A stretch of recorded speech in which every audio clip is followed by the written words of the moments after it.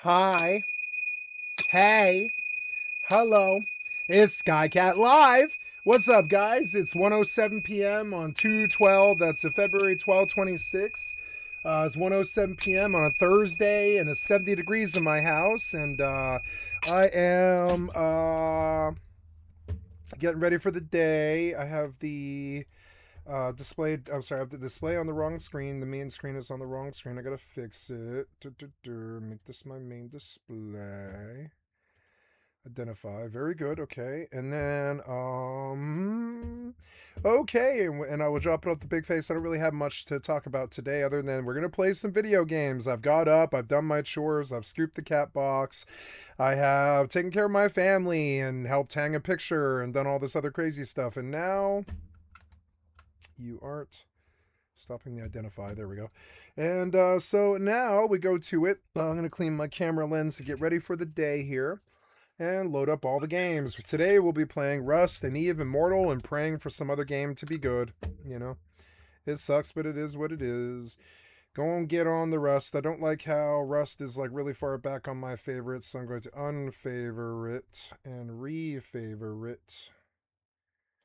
Unfavorite and no, unfavorite and refavorite, and I want you to go all the way to the end. There we go. Rust Naval Update. Then we will launch the E1 line. I will drop it off the big face so you can see what I'm doing. Here we go. And now, what else? We will do Twitch, Kick. Oops, Kick. I can't see because you are not hiding the taskbar. Okay, dropped frames. I don't think I got up on Kick in time. Oh, I did. Oh, good, okay. And Twitch, yeah, we're on the Rust. Ooh, drops are enabled. Good. So Barney. Oh, nice. Here we go.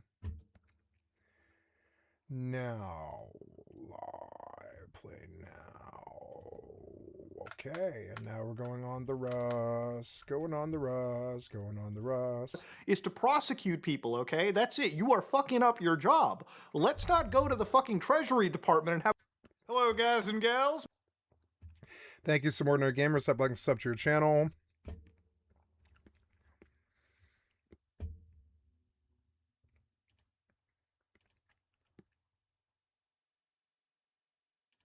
Democracy Now! Epstein's survivors speak on NBC News.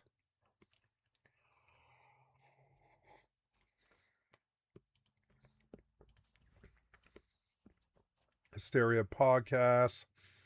Joe Rogan hit a new low. It's me, Mudahar, and once again... I mean, he's a Republican. That's as low as you can get. I mean, full blown. Just saying. Okay, we in on the E. We're gonna get in on the Mortal.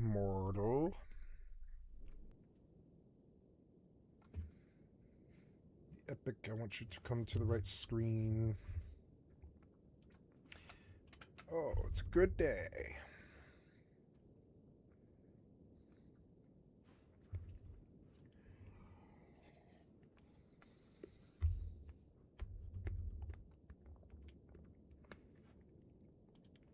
Oh, nobody wants to die, and Dark Side Detective finally hit.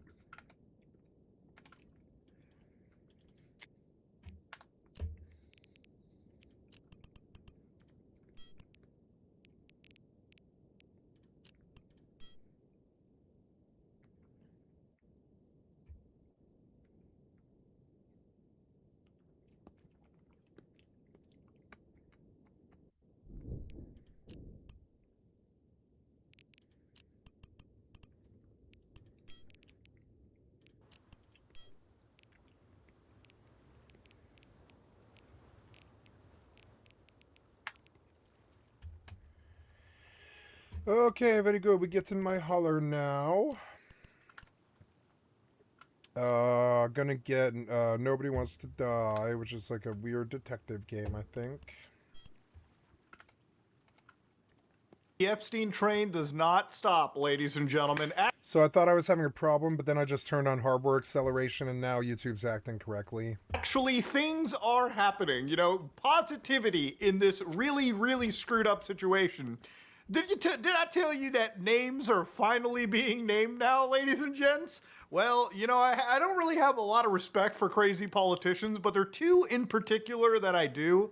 Thomas Massey and this fella called Ro Khanna. For anybody that has no idea what they've been doing, lately the Epstein files have come out and they're about as redacted as you can imagine. Now, in the last couple days, it has been pretty much said that the people in Congress are going to be looking at unredacted names.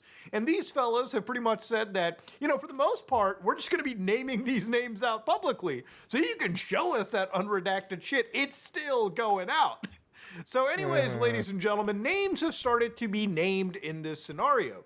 For instance, there was that one actual letter where we looked at, I don't know if I showed it to you exactly, but it mentioned things regarding a torture situation. Well, it turns out that according to the actual Congress people around here, they've been mentioning that the person, they've unredacted that as Sultan Ahmed bin Sulayem. Now, there have been a lot of names that have sort of existed, and a lot of those names are coming out now thanks to these fellas. So we'll look at a couple of them. For instance, Thomas Massey was going, "Those screeching name names on the House now have lost the plot. We passed a bill and it's the DOJ's job to show the files." Which is actually true. The Department of Justice is breaking the law by not providing proper unredacted files. You can only really redact, you know, things under a certain scope. Victims, which they certainly don't give a fuck about. But then, of course, obviously in the matter of national security is doing some crazy heavy lifting. So, for instance, the government actually released, a document on co-conspirators and a lot of names that were actually redacted. So, for instance, these co-conspirators were given the black bar treatment. Now, thankfully, these names that have since been redacted have now been unredacted over here. So you used to be able to look at Leslie Groff. Now, who are these names, ladies and gentlemen? Well, the names are Salvatore Nuara, Zora Michelazzi, Leonik Leonov, Nicola Caputo, obviously Sultan Ahmed bin Sulayem, and Leslie Wexner. Now, Leslie Wexner, for instance, is a billionaire. Now, where is Leslie Wexner sitting at, ladies and gentlemen? Not arrested so far. The DOJ has not been pursuing pretty much anything. Now, thankfully, the top cop in the country is actually testifying as we speak. As you watch this video, she is getting grilled by left and right alike, as she should be, because honestly, I think the government is pretty complicit on basically downplaying one of the sickest human trafficking networks in human history. Now, obviously, there's a list of unredacted names right over here that you can actually spot these people in. Obviously, the significance of the names I showed you was a document regarding co-conspirators that has actually been forced to be unredacted by the government. Why was the government protecting those names? I honestly have no idea. But there's a whole slew of other names that you can find. Zora Michelazzi, for instance, spotted around. Names like Rhea Hickey. Names like Joan Riviera, Jeffrey Epstein, Anna Met. All these names. And again, these are individuals that need to be discussed and brought out into the world, because if you had any involvement in a network like this, you should be exposed. Again, I don't even think the portraits should be blacked out entirely. It's funny, like Ghislaine and fucking Epstein are the only ones that you can see. We have the names. You might as well just give us who these people are. Now, I want to read something from the survivors of Jeffrey Epstein really quickly, too. I think it's very important that in this entire process, in all of the, wild conspiracies, and, well, a lot of those conspiracies have turned out to be true, a lot of the, I guess you could say show, we have to talk about the actual survivors and the victims over here. And in this case, they wrote a pretty scathing letter, for instance, to actual Attorney General Pam Bondi, which might be the dumbest fucking Attorney General I've ever seen in U.S. history. But we are writing to you as survivors of Jeffrey Epstein's abuse and trafficking network. In recent days, senior Justice Department officials have suggested that the latest release represents transparency and that survivors should now have the closure we deserve. Deputy Attorney General Todd Blanche told the public that the department's review of Epstein's case is over.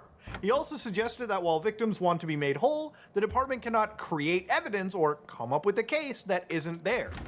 We must be clear, this does not provide disclosure, or closure, sorry. It feels instead like a deliberate attempt to intimidate survivors, punish those who came forward, and reinforce the same culture of secrecy that allowed these crimes to continue for decades. Which is very true. Again, remember, the reason why this was happening is because nobody could really raise their fucking hands against somebody with this many resources. Remember, this wasn't just one billionaire. This was a network of billionaires, people that control basically every aspect of society. You may not like certain billionaires, but you will be forced to interact with them because of the way the system works. So basically, they're not asking the DOJ to invent evidence, they're just asking to release the evidence that already exists, and why millions of pages are actually withheld. First, the redactions and disclosures are reckless and dangerous. Survivors' names and identifying details have once again been exposed, which is true. A lot of survivors' personal information has been exposed because the people that are supposed to be redacting this are doing a really good job protecting the fucking kid fuckers, as opposed to the actual people that are victimized throughout this entire story. This places survivors in jeopardy and sends a chilling message to others and confirms many worse fears. Reporting abuse will not protect you, it will only expose you. Which, might I remind you, in a lot of corrupt countries is par for the course, right? A lot of countries, people don't want to talk to law enforcement because they know if they talk to law enforcement, it's going to end up with their name getting leaked and retribution being served to them and their loved ones. That is not something that should happen in the United States. So what they do talk about is, as the New York Times reported, federal authorities mapped out Epstein's circle, but only one person was ever charged with helping Mr. Epstein engage in trafficking, and that was his muse, Ghislaine. The recently released documents, however, shed no light on whether the investigation into Epstein's accomplices continued or why the government failed to pursue charges against individuals it knew to be involved. Survivor Maria Farmer, who we actually talked about months ago, reported Epstein and Maxwell to the FBI 30 years ago. She was laughed out, and literally because of these documents, it showed that she actually did file reports, and unfortunately the FBI basically took that nowhere. So again, where does Pam Bondi doing right now? Well, she is testifying, and her crash outs are actually some of the most insane things that we've seen. So I got a few clips. We'll roll together on them because I think they're actually positively disgusting, and then we'll focus on to some other mentions, and then we'll kind of tie this video off because the big thing was names are coming out, and now the government is truly being grilled and held to task over why they're fucking up this hard. So when they asked Pam Bondi about why the fuck there weren't any indictments about the people in the Epstein files, here's what she had to say. It's truly as unhinged as it sounds. The Dow right now is over. The Dow is over $50,000. I don't know why you're laughing. You're a great stock trader, as I hear, Raskin. The Dow is over 50,000. You're such a bitch. Right now. The S&P at almost 7,000. And the NASDAQ smashing records. Americans' 401ks and retirement savings are booming. That's what we should be talking about. We should be talking about making Americans safe. We should be talking about, what does a Dow have to do with anything? That's what they just asked. Are you kidding?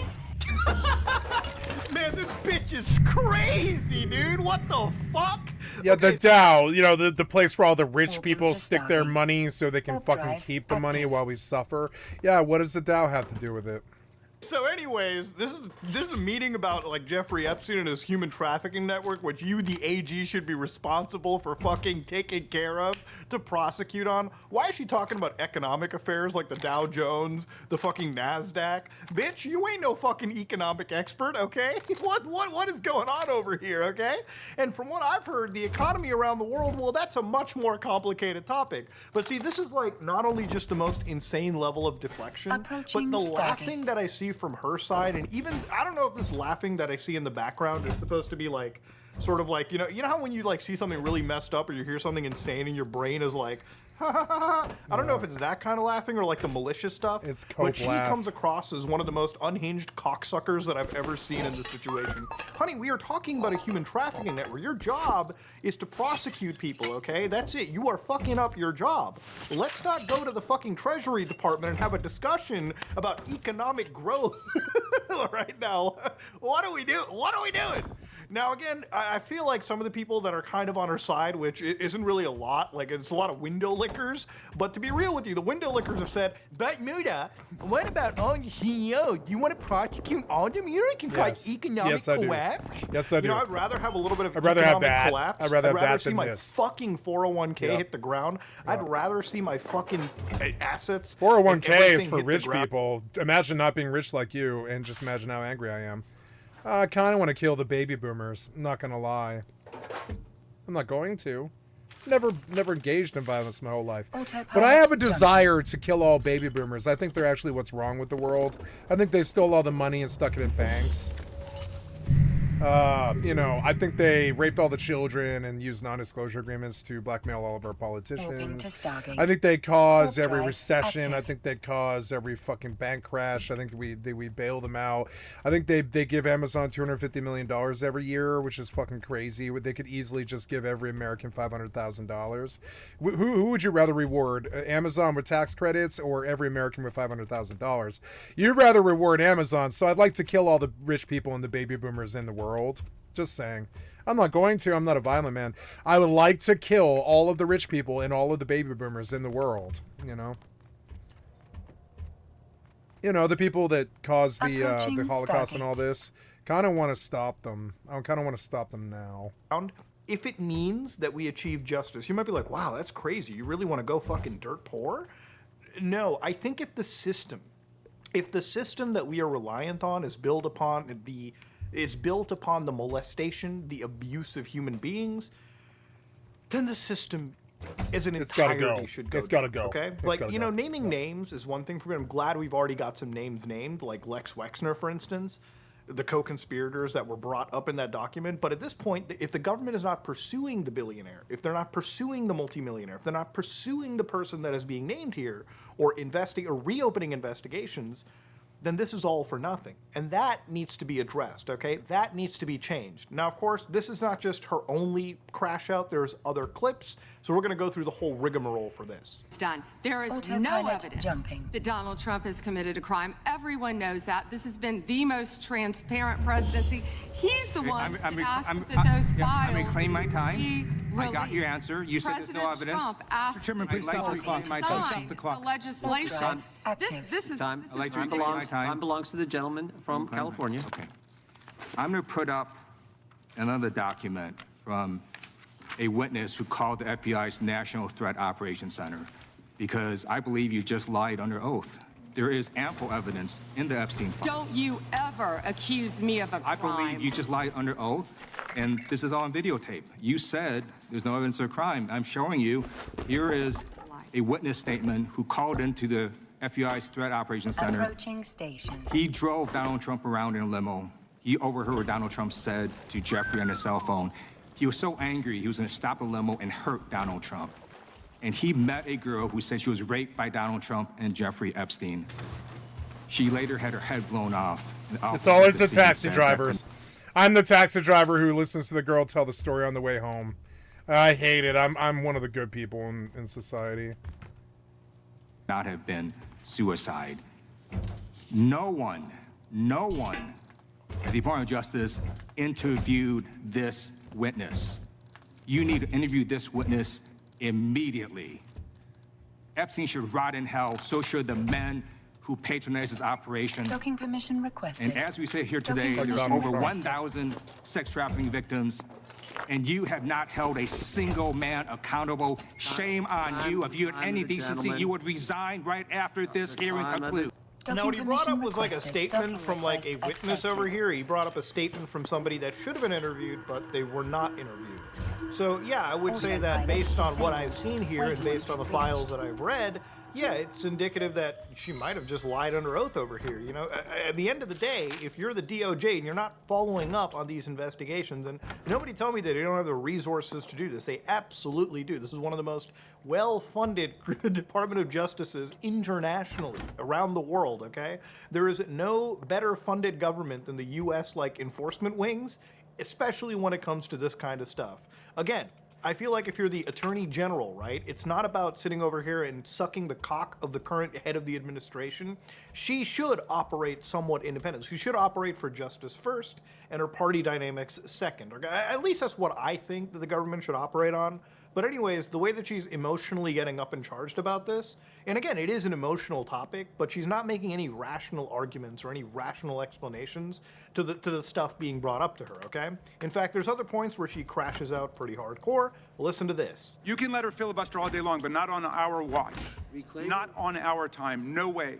And I told you about that, Attorney General, before you started. You don't tell me. Yeah, oh, I did tell you because we saw what you did in the Senate. You're a lawyer, not even a lawyer. Committee will be in order. My I should get God. back at least 45 seconds. We will give you a few more seconds. I Not a said that few more, already. 45 seconds. Okay, I'm timing right now, Mr. Nadler. Go All ahead. right. My time. It's like done in the most like fucking argumentative way, which obviously makes sense for why it's so argumentative. But you know, when she like crashes out going over this, like, you don't accuse me of crimes, you don't get to do that. Honey, you're the attorney general. You work for the fucking people. Your bills are paid. Your actual income is derived from the taxes paid by the people paying into the federal government. Yes, not only are you fucking pretty much, you are an employee for the people. You are not somebody that's put into a prestigious position and now you have all this crazy like ability to get, you are being grilled in the national level right now. Honestly, to an extent, the international level. As a Canadian, I also have interest in this because I know that this kind of justice needs to be addressed everywhere. Canada needs to be looking at the Epstein stuff, as does any country where a lot of their billionaires and elite are intertwined with this sick fuck, which honestly, now with these files, seems like it's happened pretty much everywhere. Another man, Donald Trump, who is all over the Epstein files, like former Prince. Here's the video.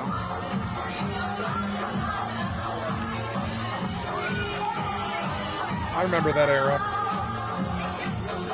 Music was good. The people weren't. Like former Prince Andrew, Donald Trump attended various parties with Jeffrey Epstein. I want to know, were there any underage girls at that party or at any party that Trump attended with Jeffrey Epstein?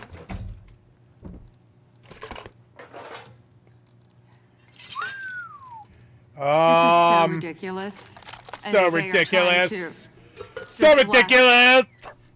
From As all it's so ridiculous how you're protecting rapists, Republican child molesters. great things Donald Trump has done. Honey, it's a yes or no question, okay? Was he at a party where there were some underage girls out there? I mean, it's a yes or no question. I don't understand why she's so, like, in allegiance to this one guy. Like, you're Yeah, the like what? AG, you're the Attorney General. I feel like the DOJ should operate somewhat independently, okay? Once you're in there, once you're in that position of power, you should be investigating anybody, even the guy that is the executive leader, okay? It just should be a thing. It shouldn't be shied away from. He is a president, not a king, okay? He's not a god king. He's a president. Presidents have been taken down before, and they can still be taken down if they are actually culpable of really heinous crimes. That's all I'm saying, okay? Again, I'm not in this cult of personality that some people like to be in. You can call me like a liptard. I really don't care about that. Like, at the end of the day, I just look at things in an objective manner. And none of this stuff makes a lot of sense to me. To the survivors in the room, if you are willing, please stand. And if you are willing, please raise your hands if you have These still poor women. Look, been not able just to women meet either, men with too. this Look at the Department people of that you're Justice. snubbing, you worthless piece of shit cocksucker bitch. Please know for the record that every single survivor has raised their hand. Attorney General Bondi, you apologized to the survivors in your opening statement for what they went through at the hands of Jeffrey Epstein. Will you turn to them now and apologize for what your Department of Justice has put them through with the absolutely unacceptable release of the Epstein files and their information? I'm just going to cut that clip off. She doesn't even apologize whatsoever, but I think the startling thing about this is the DOJ has met with none of these victims, okay? So they're not willing to even follow up on these claims to seek for extra evidence that can be used actionably against sick people. You know, if there was ever any evidence that the government is protecting the pedophiles, this is it. This is all you ever needed. And that's all the clips that I need to play out of this to make the point.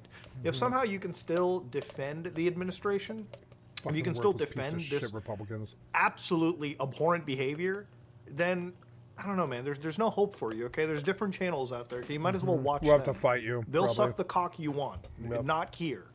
But you know, one of the things that makes me mad too is like the current North Korean press secretary that they've hired for their fucking like administration. Listen to this. Thanks, While Caroline. I watch my dish, I'll be right back. Secretary Litnick today was testifying on the Hill, and he said that he had visited Epstein's Island in 2012 with his wife and children, and that's after he said that he had cut ties with Epstein. And Justice Department documents show that he was in contact with Epstein through 2018 over messages. So does the White House stand behind Secretary Litnick right now, or given what he has said today, has there been any shift in how the White House is viewing Secretary Lutnick's performance? No, Secretary Lutnick remains a very important member of President Trump's team, and the president fully supports the secretary. I will just point out that there are a lot of wins in the news this week that people in this room have not asked about, because you continue to ask questions about the same subject, so let me point them out. They just want you to move on. So anytime these people, like, you remember, they came out on the idea that we're going to stop the crazy pedo elite and, like, fucking fix the country up. They don't care. Okay? Because they're all in the same bed together, man. This is it. They're all in the same bed. They don't care about the children. They don't care about the victims. They don't care about anyone. That's all it is. Okay? So if you end up still supporting this, I have to ask you why. Like, fucking why, of all things, right? Like, we made it so we're like... I don't know. There's really nothing you can say about it. But the best part about this stuff is the names are finally being unredacted.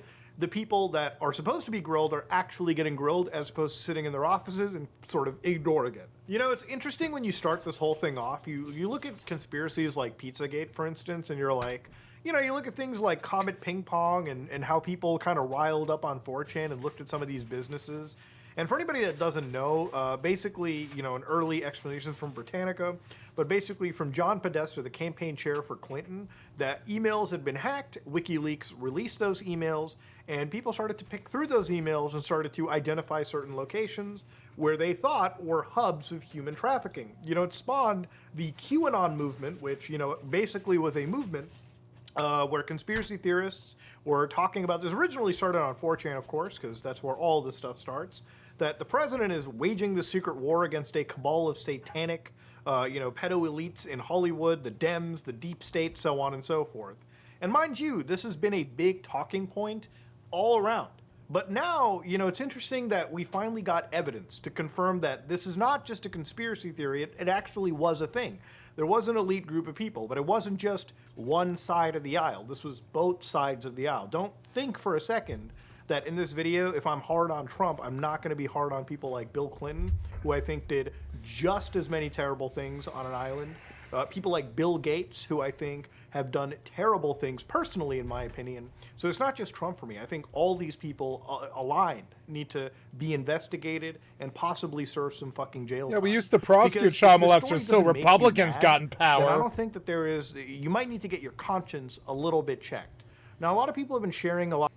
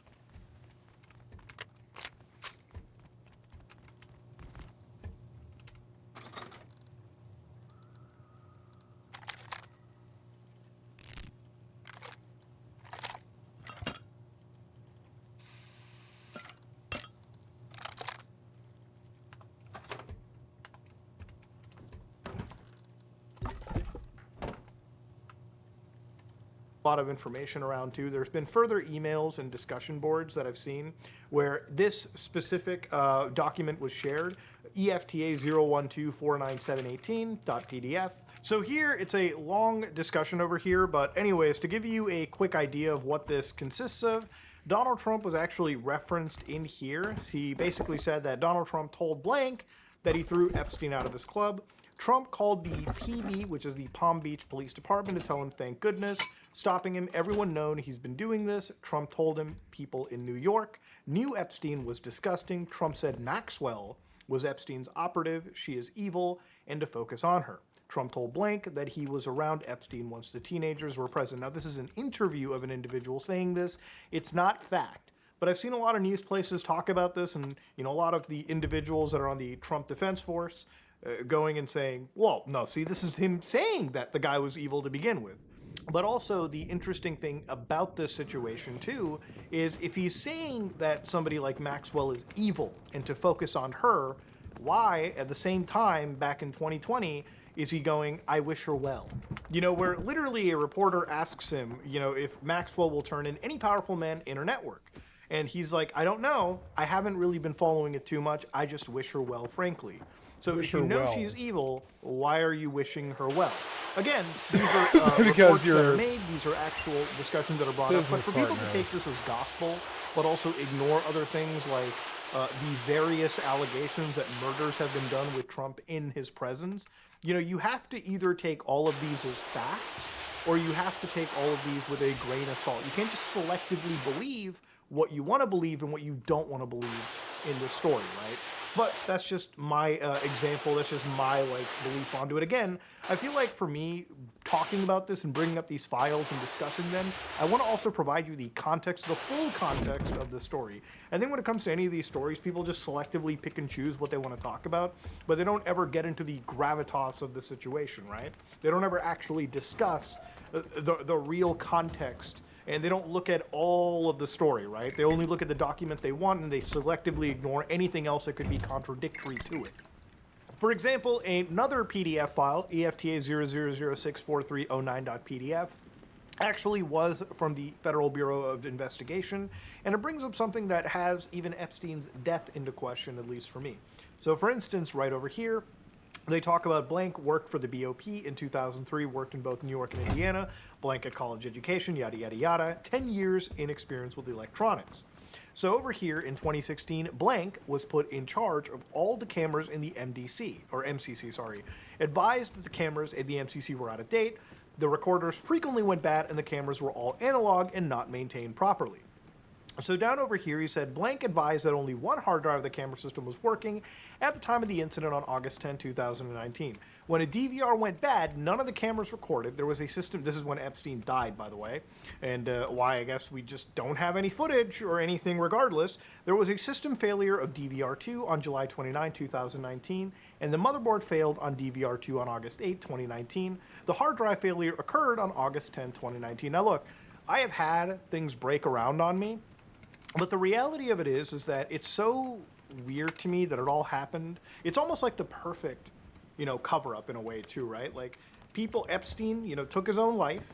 Nobody else was around there, but in order to confirm that, we would need, video evidence. Now I guess we just have a perfect example over here of every bit of technology failing at the same time. Look, you have to be a rube to believe that this isn't, that there isn't something sinister behind this. Blank started removing the bad drives in order to rebuild the DVR. Blank advised that an FBI agent was the one who pulled out the DVR. Blank also advised that he knew that by replacing both hard drives, the system would be wiped, and that he had advised personnel at MCC of that. So is this indicative of a cover-up? I don't know. But it's shady, and it's stuff that needs to ultimately be answered. Ladies and gentlemen, the Epstein stuff is... I know that for some it might be exhausting talking about it so much, but again, there's just so much that is developing on this day by day.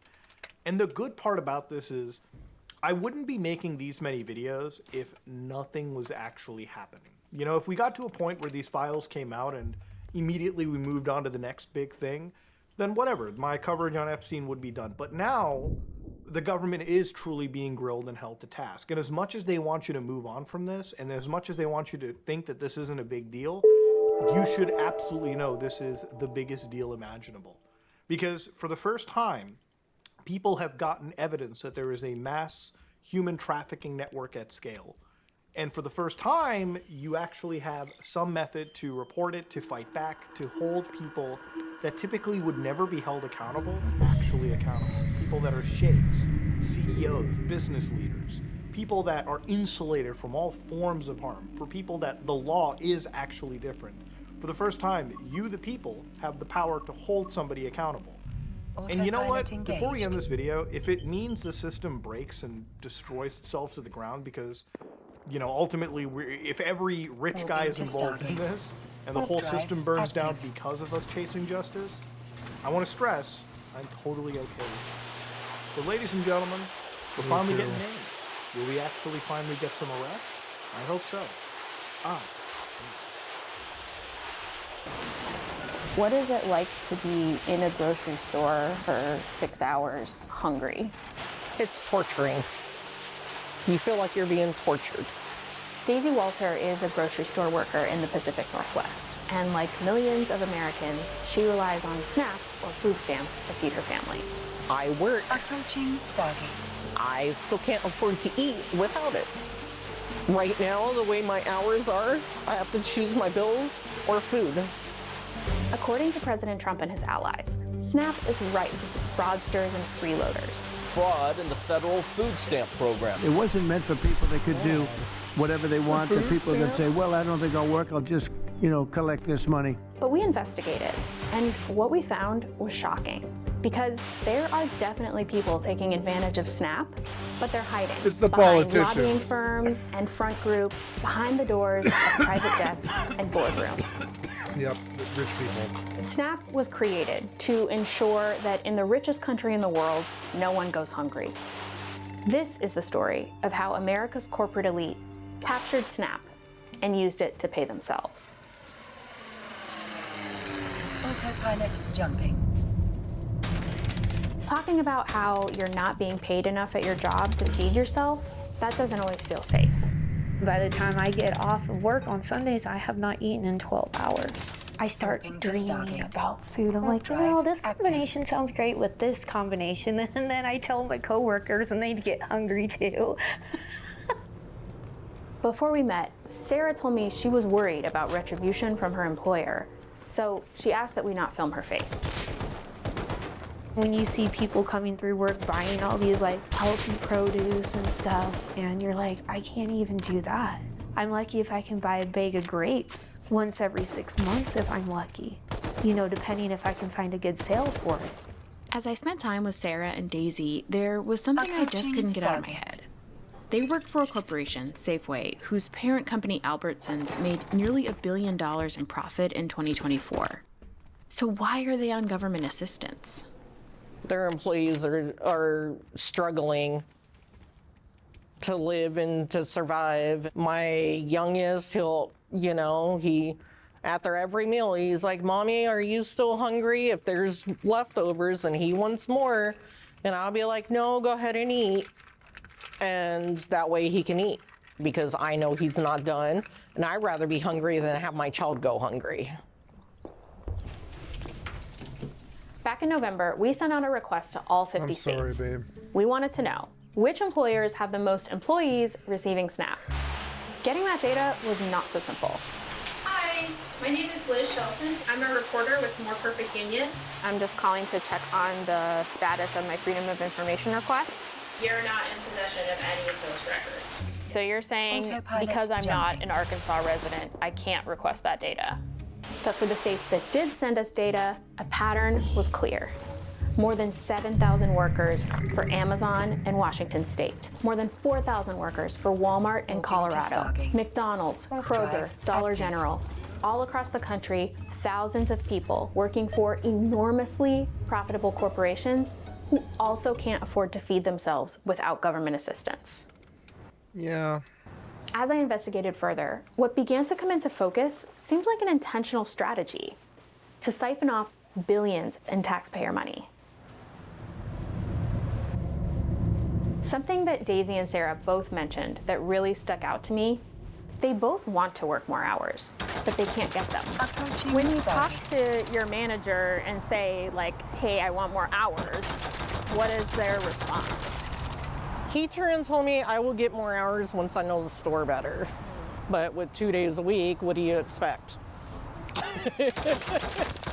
If you were to go to your manager and ask for more hours, what do you typically hear? They try to use excuses of labor and wages are too high for this location.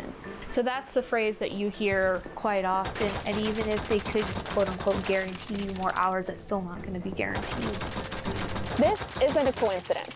Big corporations like Walmart and Safeway have to offer employees health insurance if they work 30 hours a week or more.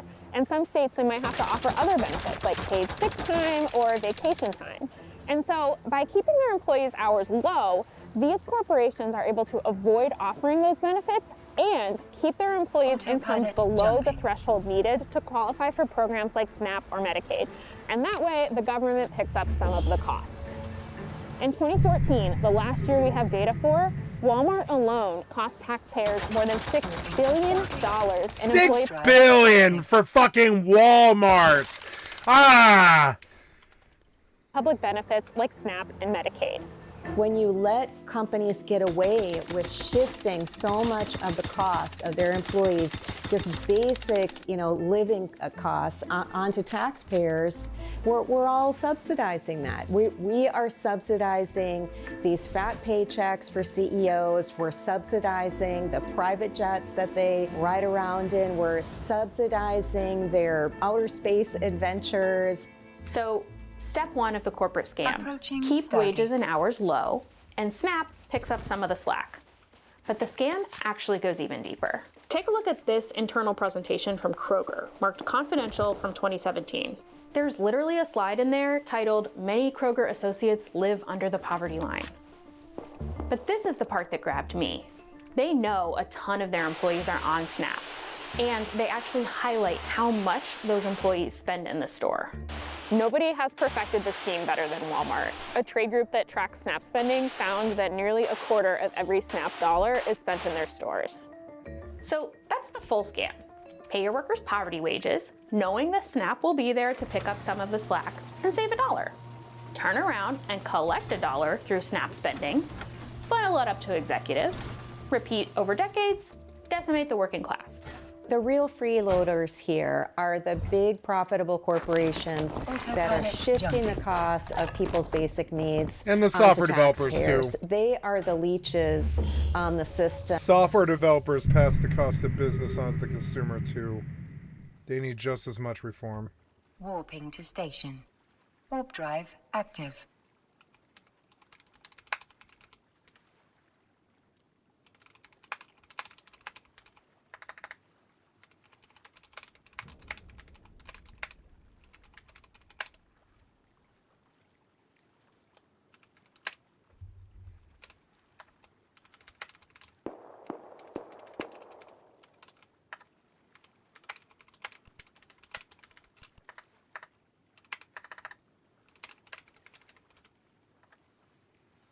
Approaching station.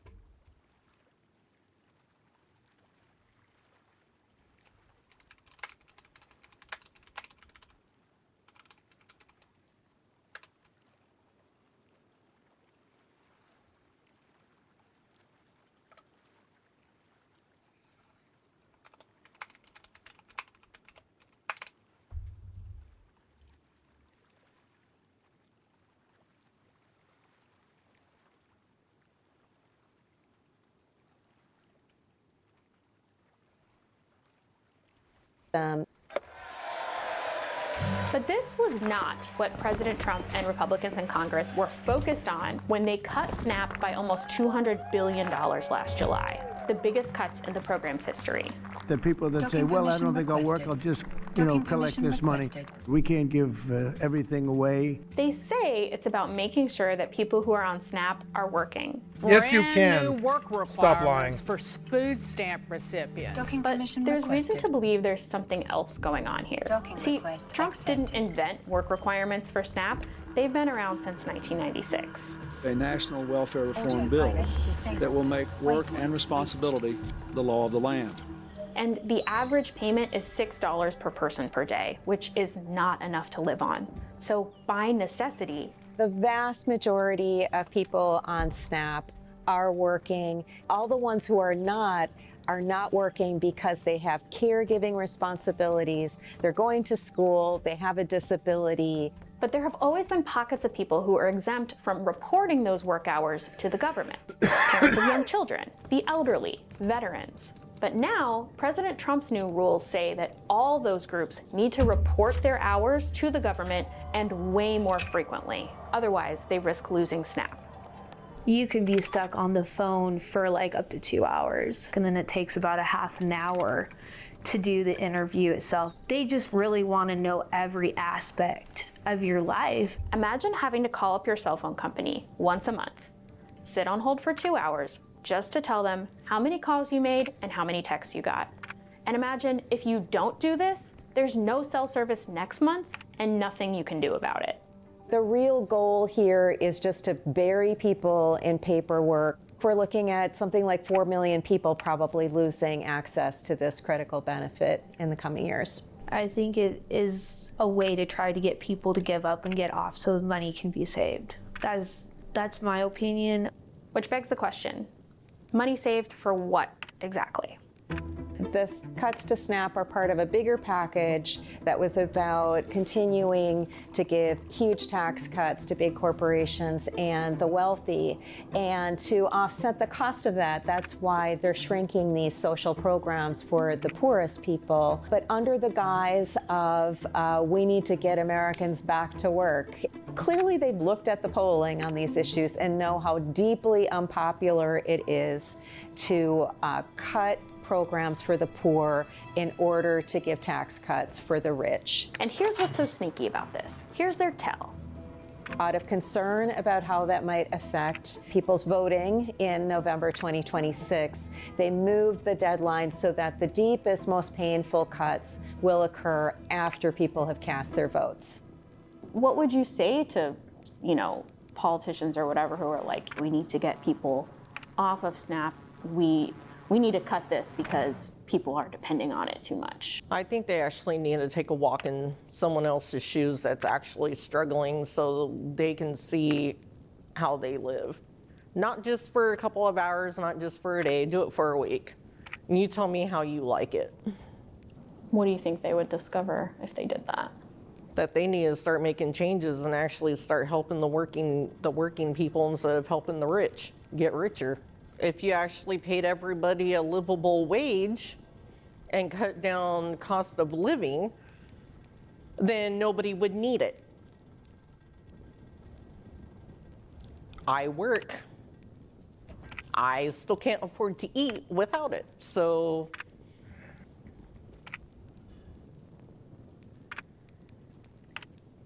Hey guys, thanks so much for watching. If you like this video and you want to get more Perfect Union in your feed, be sure to like and subscribe. Also just want to say, if Daisy and Sarah's stories really resonated with you, if you are able to support them and you want to, you can find information for how to do that in the description of this video. Thanks for watching.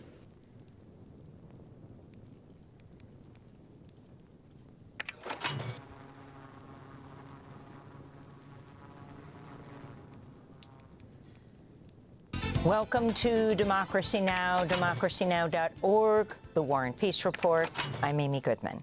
On Capitol Hill, Democratic lawmakers grilled Attorney General Pam Bondi on the Justice Department handling of the Epstein files. Democratic Congressmember Pramila Jayapal asked survivors who are sitting in the audience to stand up before she challenged Bondi. You guys are wonderful. I love you, ladies. Thank you for standing up against these piece of shit, cocksucker, fucking failure ass, piece of shit politicians who raped you. I'm terribly sorry. Bondi to apologize. I am embarrassed by your honesty, and I'm sorry that you ran afoul of such shitty cocksucker ass rich white people. I'm sorry. Effits. To them for the Justice Department failure to fully redact their names in the Epstein files. Bondi declined. Throughout the hearing, she insulted Democrats on the House Judiciary Committee and heaped praise on President Trump as she repeatedly dodged accusations she's perpetuating a cover-up and ignoring the victims. This is part of an exchange between Bondi and New York Democratic Congressmember Jerry Nadler. So I really have just one question for you. How many of Epstein's co-conspirators have you indicted? How many perpetrators are you even investigating?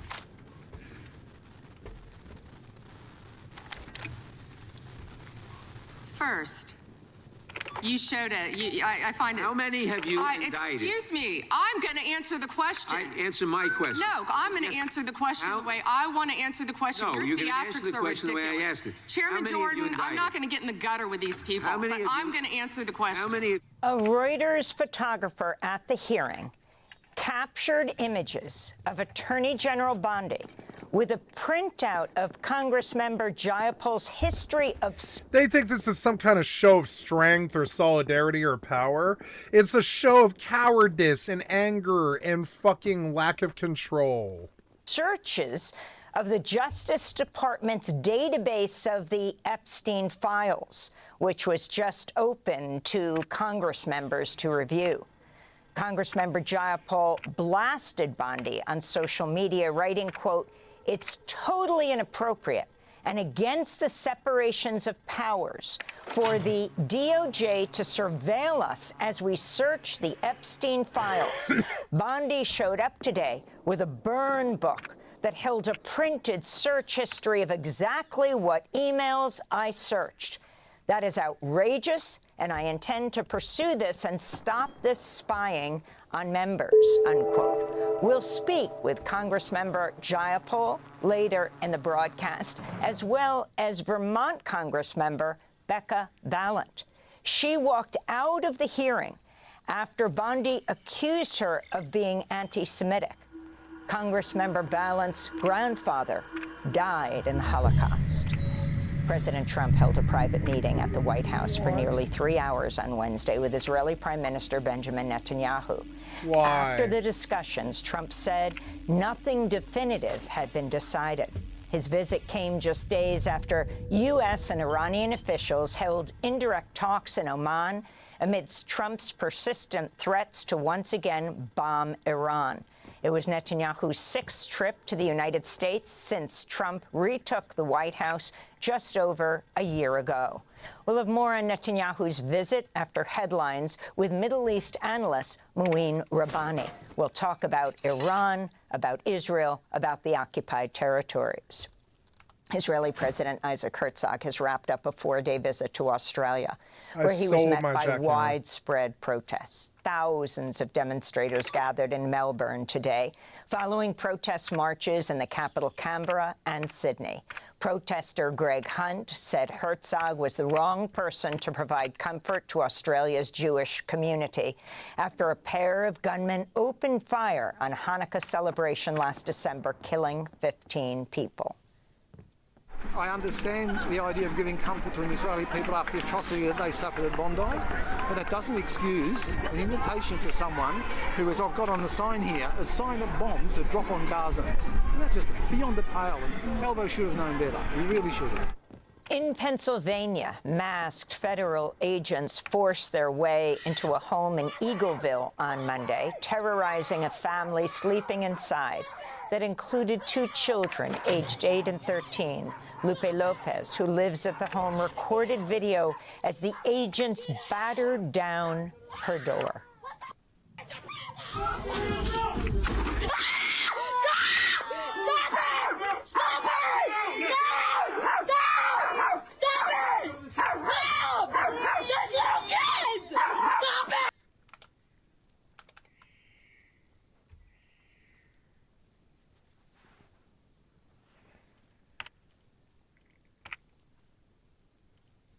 Thanks, Republicans. Thanks, ICE. Thanks. Why shouldn't we kill you? Full-blown kill you. Why shouldn't we kill you? Gonna need a reason soon. Or we just will.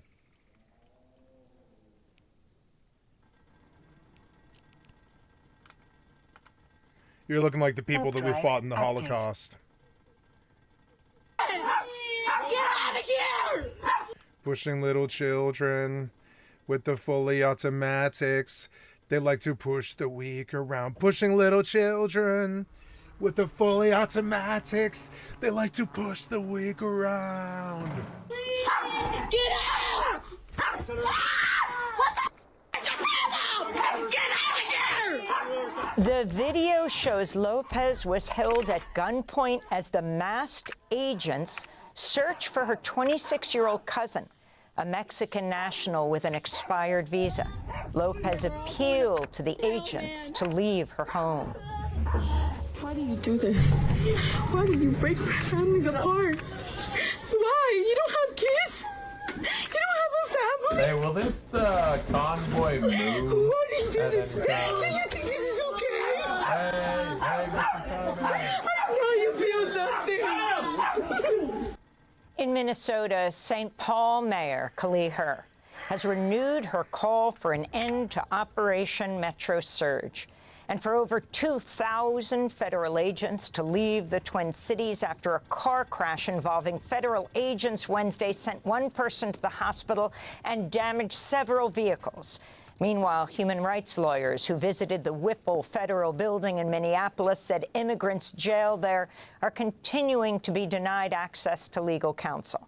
In court declarations filed Wednesday, the lawyers said people arrested by ICE were provided with the wrong phone numbers for legal services and that ICE agents gave no privacy to people calling lawyers in violation of attorney-client privilege. Here in New York, ICE acknowledged in federal court this week that it's been jailing immigrants on a second, previously undisclosed floor at 26 Federal Plaza in Manhattan. The disclosure came after a judge last summer ordered the Trump administration to address squalid, unsanitary conditions and prolonged confinement in overcrowded rooms at 26 Federal Plaza, not designed for overnight stays. New body cam footage and emails have been released, revealing new details about how a federal immigration agent shot U.S. citizen Marimar Martinez 5 times in Chicago last October. The footage shows Border Patrol agents in their vehicle with weapons drawn and fingers on the triggers, as Martinez can be heard honking her car's horn in the background to alert neighbors about the presence of federal agents. Something. All right, it's time to get aggressive and get the out. Shortly after the incident, Gregory Bovino, who was leading the Trump administration's mass deportation campaign at the time, emailed the agent, quote, "In light of your excellent service in Chicago, you have much yet left to do," exclamation point twice. Martinez's attorneys said Wednesday they'll seek tens of millions of dollars in damages under the Federal Tort Claims Act. The Federal Aviation Administration, the FAA, abruptly closed the airspace around El Paso, Texas late Tuesday and reopened it hours later after Customs and Border Protection officials reportedly fired an anti-drone laser shared by the Pentagon without providing FAA officials enough time to manage the risks to commercial flights. According to the New York Times, immigration officials thought they were targeting a drug cartel drone, but it turned out to be a party balloon.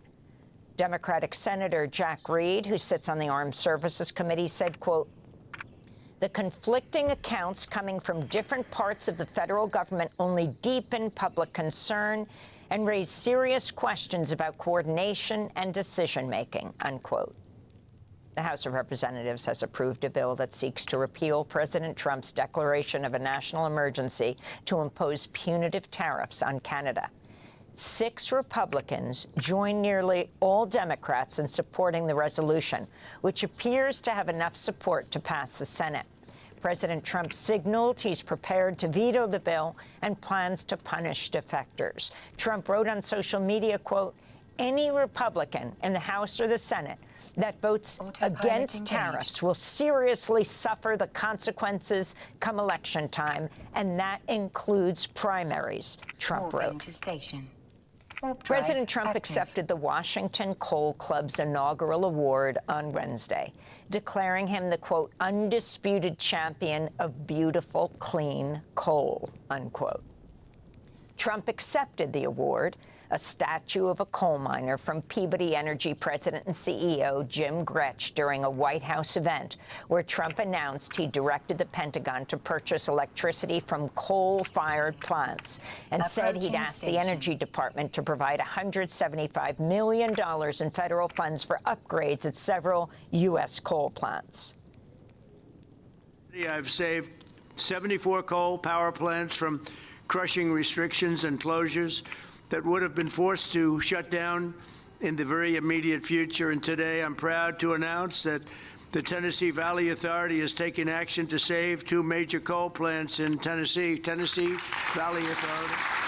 In response, the Natural Resources Defense Council wrote, quote, "While Americans are demanding clean, affordable energy, the Trump administration's using our tax dollars to prop up the nation's dirtiest, least efficient power plants. It's no wonder fossil fuel lobbyists are handing Trump an award today," unquote. The Consumer Financial Protection Bureau has fired program manager Alexis Goldstein for documenting a meeting last year between the agency and Elon Musk's Department of Government Efficiency, or DOGE. That's according to emails obtained by Bloomberg News.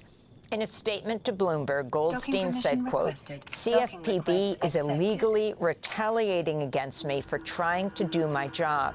I acted to protect the sensitive data of Americans and the trade secrets of some of the nation's largest banks and financial institutions from being accessed by individuals from DOGE without CFPB credentials and required training," unquote. To see our past interviews with Alexis Goldstein, go to democracynow.org. An Argentina Senate has approved a sweeping new labor bill pushed by far-right President Javier Milei. The bill would curb the right to strike, allow companies to more easily fire people, and curtail severance payments. It comes as thousands of workers mobilized by trade unions gathered in central Buenos Aires, clashing with police on Wednesday. This is Mario Manrique with the Auto Industry Workers Union. What's being presented as labor modernization is exactly the opposite. This labor reform that the government is proposing is a compilation of all the reforms they've tried to pass in Argentina. And the only thing they're looking for is Argentina to become a cheap labor hub in the world, as unfortunately happens in other regions. And those are some of the headlines. This is Democracy Now!, democracynow.org, The War and Peace Report. I'm Amy Goodman. Thanks for watching Democracy Now! On YouTube. Subscribe to the channel and turn on notifications to make sure you never miss a video. And for more of our audience-supported journalism, go to democracynow.org, where you can download our news app, sign up for our newsletter, subscribe to the daily podcast, and so much more.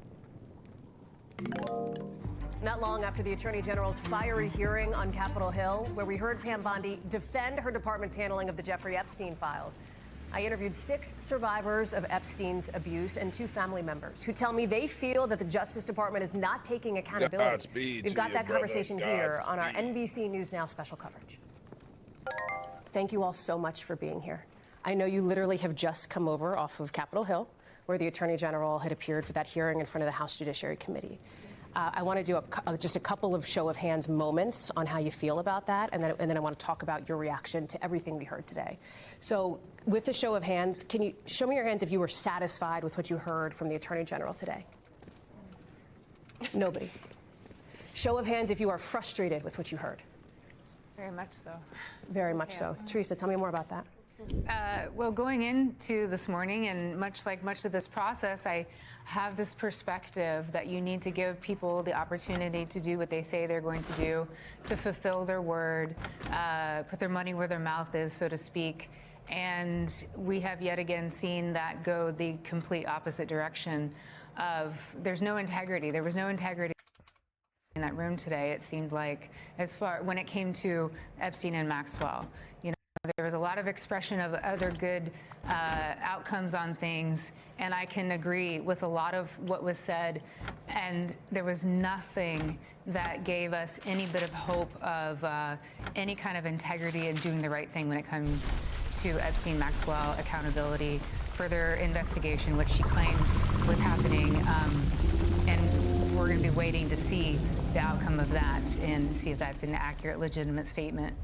Danny, I see you nodding and shaking your head. I think there was such a lack of empathy today. There was such a lack of, honestly, humanity today. Something that, you know, I think all of us felt a little devastated about was that she had 3 opportunities to address survivors. We stood up, and all she had to do was turn around, and she could not even turn around and face us. For so many years, I can't speak for everybody, but for me, I felt like such a ghost walking through Epstein's mansion. I felt like there were so many people who saw me.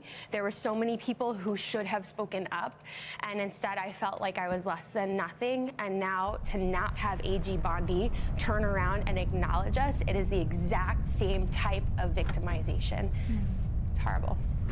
Charlene, what did you think of that moment when you all were standing there and she was asked by one of the members of Congress to turn around and address you? I felt really degraded. I felt that she's not taking at all any accountability. She's not following any kind of transparency. And honestly, the thought that I have is birds of a feather flock together. So I feel like the way that she handled today is often the way that our president or other people have treated us that are really high up. And I felt like she was treating us just like everybody else has in the justice system and beyond. I was looking at you all. The cameras there had shown a view of you in that moment, on your feet, in front of this hearing room, in front of all of these cameras. And I wonder, Jess, Liz, all of you, if you can take me, what was going inside in your mind? What was happening in your mind? What were you thinking as that moment was happening? So one of the things I was thinking in that moment is that it is such a simple act to turn around and say, I apologize for the terrible job our DOJ did in releasing, that is something that is completely inappropriate, to take responsibility for that, for the damage they did to us, not to state it as, yes, we understand damage was done. No, to us. It was such a simple thing. And it's something we teach children, to take accountability, to recognize when you've made a mistake and you just apologize for it. But we don't teach these grown adults. There wasn't even an adult in the room that could apologize for the damage done to children and girls. In her opening remarks, the Attorney General said, I am deeply sorry for what any victim has been through, especially as a result of that monster. Of that monster. But not. So there's the crimes of Jeffrey Epstein, and then there's the crimes of the cover-up. And she's part of that continuing cover-up. So she didn't apologize for that. But when she said that monster, she said it as if he acted alone. Yes. And Epstein was absolutely a monster, but he didn't act alone. And I think that we now have more evidence of that from what we've seen in the files. And what is really difficult for me to wrap my head around is I met Epstein and Maxwell when I was 21. I'm almost 53 now. And I was just raised differently. I was raised to respect our government. I was raised to be able to speak to people of different political parties. And maybe I don't always agree with them, but their insights help me shape my opinions. And I just don't see that happening. And that's what I grew up in. That's the America that I grew up in. And for us to now feel like the Department of Justice, which is in charge of seeking justice for all Americans who are victims of crime, they've just completely let us down. And so to hear her say, if you have been a victim of crime, we want you to call the FBI. I called the FBI. I called the FBI, and in the release of files, my intake report was released twice. Once with part of my address, and once where my name was unredacted several times, including in a sentence that said, Stein was a victim of Epstein and Maxwell in the mid-90s. So, I find it really difficult to have any faith when we are constantly, being manipulated and downplayed by our government. We've heard several times our government say, we're moving on from this, and that just enrages me. Yeah. This has been 3 decades of my life. We'd all love to move on with this, but how do you move on if you don't have justice? And the Department of Justice's job is to seek justice. And they, for some reason, don't feel like they have to, and that's just incomprehensible. You and I have talked before. I see a lot of emotion in your face. Free LR. This is all coming back up again for you. Survivors of sexual assault, we are chastised so frequently. Why didn't you tell? Why didn't you fight back? All of these questions. And here we're seeing survivors have been telling, and they have been speaking out, starting 3 decades ago when Maria Farmer first reported this crime to the FBI. And over and over and over and over again, different branches of our Justice Department and, law enforcement that should have protected us haven't. It's like this massive institutional failure that we don't want to address.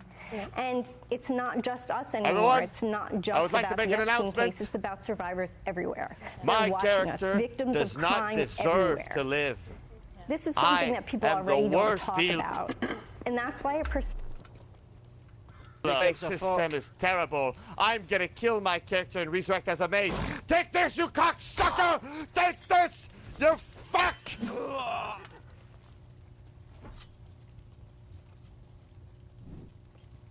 This is good flesh. It's mine now. You'll come back as a mage, don't worry. You will resurrect like a falcon.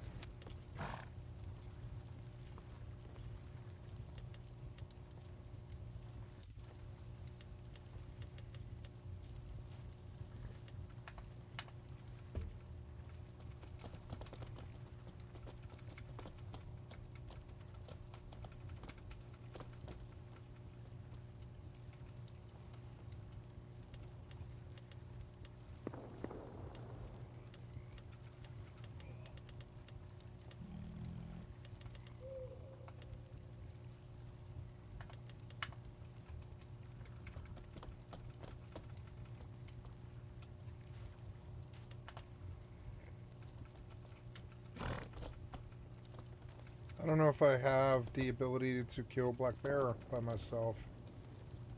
I don't know if I'm ever going to have that ability.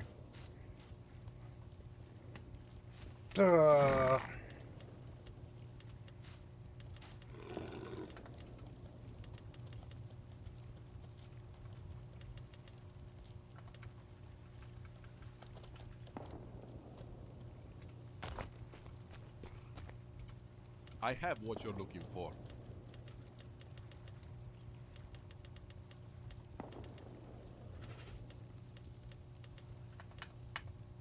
Please, come see what I have for you.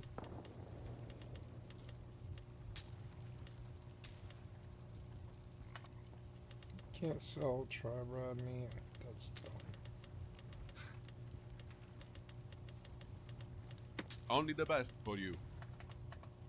Welcome back anytime.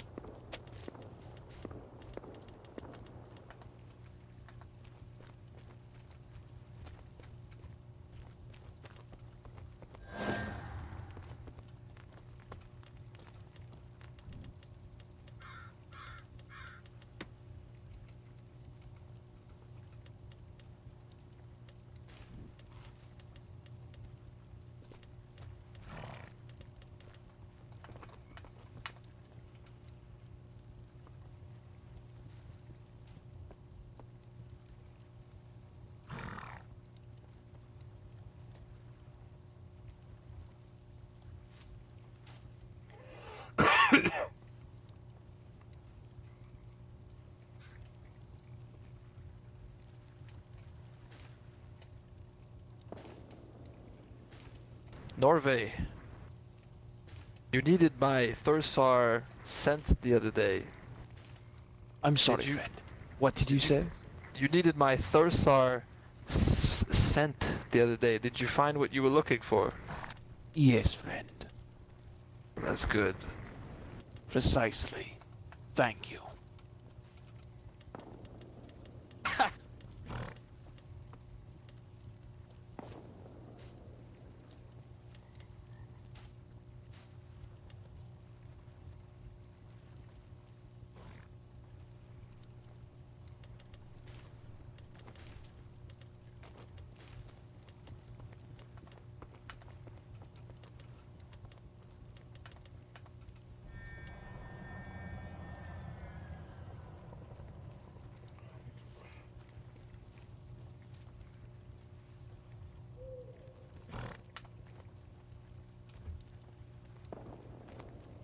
Fucking assholes took my ichor the other day. Fucking bullies.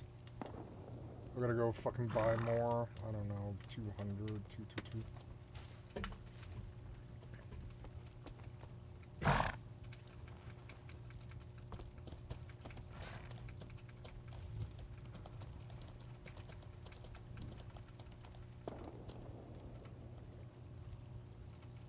I have what you're looking for. Nice talking to you. Let me show you.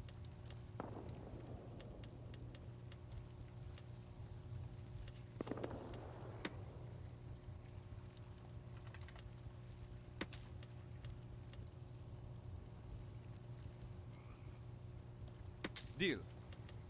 Welcome back anytime.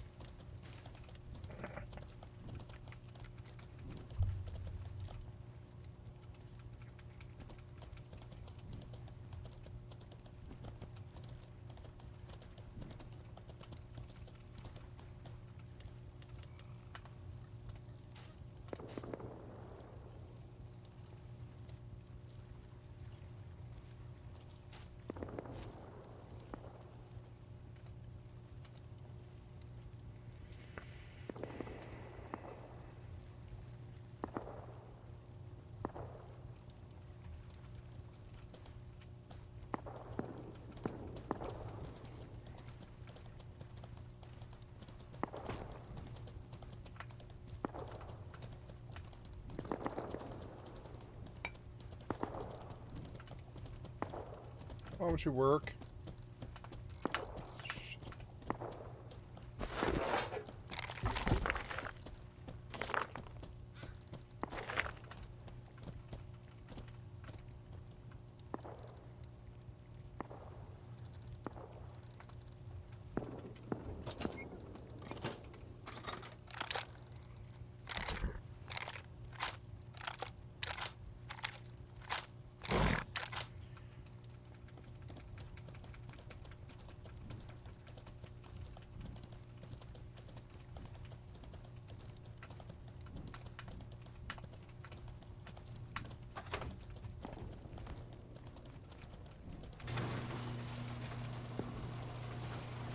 Everywhere I go, there's like passive sound. It's so annoying.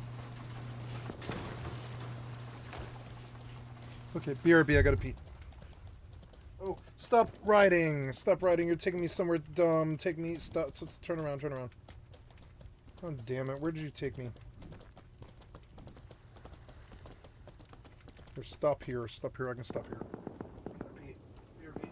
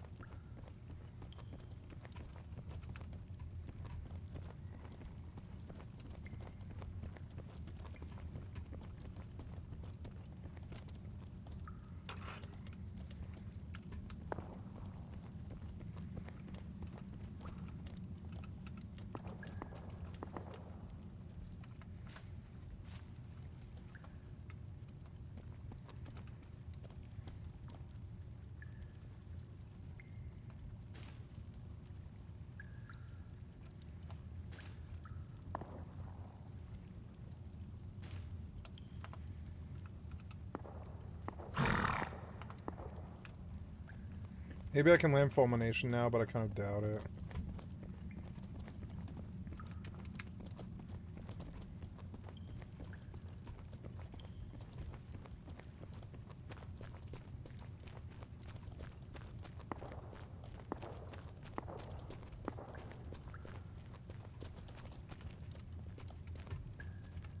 Good day, sir. What's up?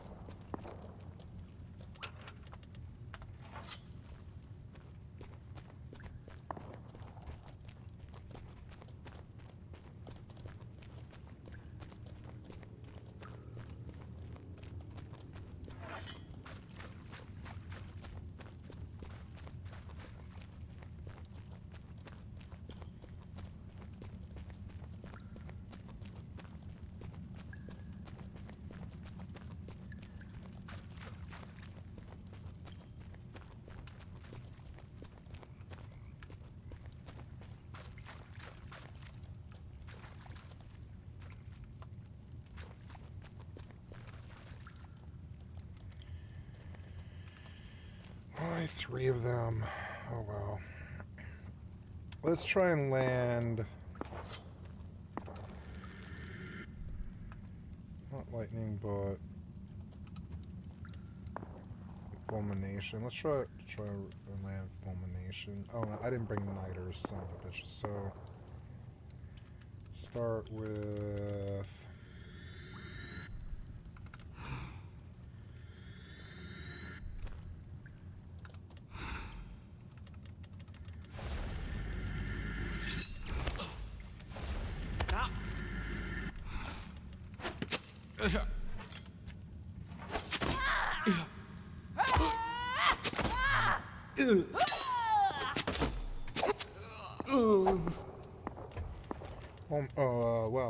Corrupt actually does some damage now. I didn't bring Niter though, which is annoying. Oh, that's not too good.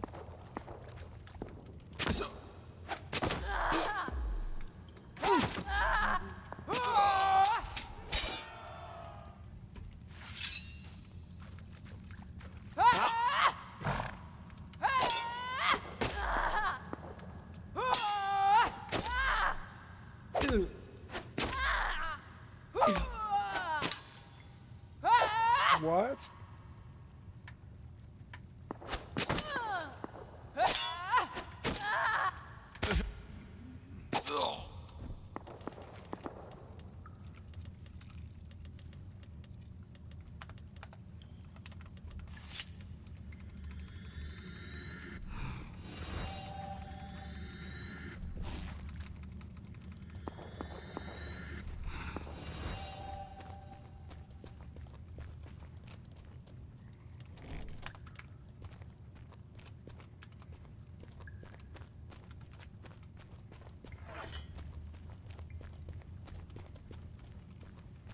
Defensive stance, blocking, mental focus to 30. I need to train mental focus. Is my book out now? No, I'm still working on ecumenical. That's okay. I suppose I'll sit. I want to go to Dome and look for fuel. Oh, the Tommy can go away now. I got a nice MP5. I suppose I should make an extended mag for this bolty.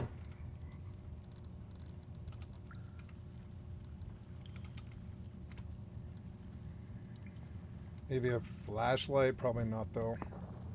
It's got a nice 16x on it, that's good, and I'll get my hands on an LR sooner or later.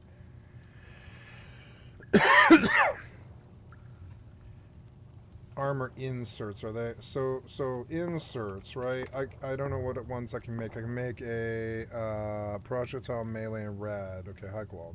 1, 2, and that would take metal frags. Yeah, I'll take metal frags. I don't have the wooden insert, so I'll take a little bit of metal just so I have it. Yeah. Oops. Slot this armor. You can't do all three. You need all three types. But okay, I'm negative 8% cold. But I've got good projectile stuff. Extended on the bolty? No extended on the bolty. I'm wrong. That's only no. It's not even Elm. I don't think does that.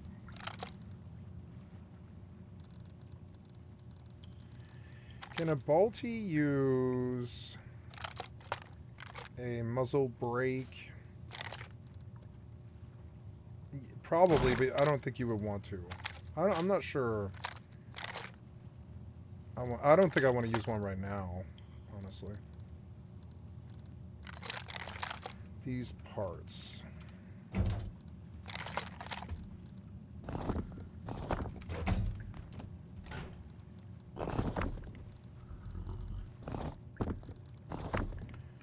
What was that sound? Oh, the horse? Yeah, the horse.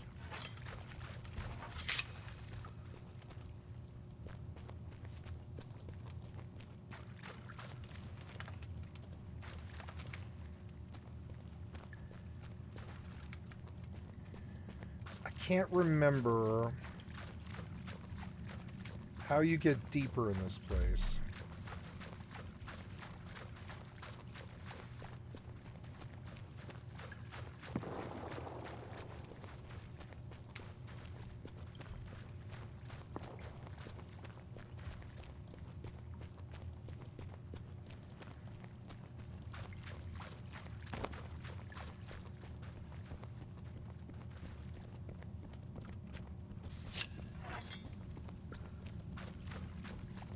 Oh,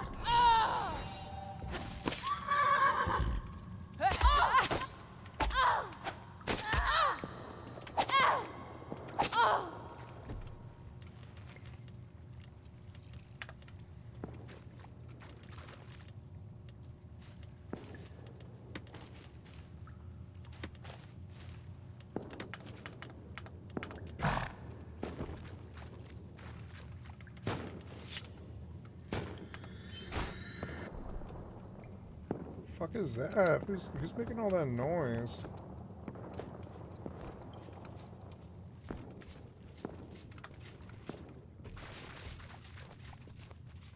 Hello. I will not attack if you don't.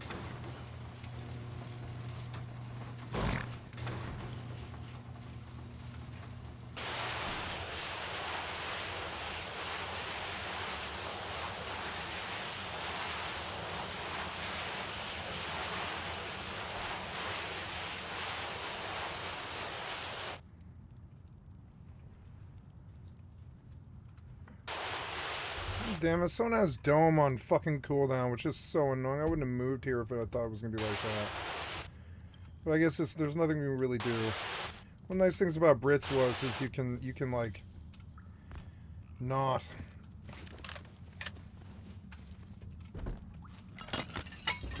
You like there's so many different worlds.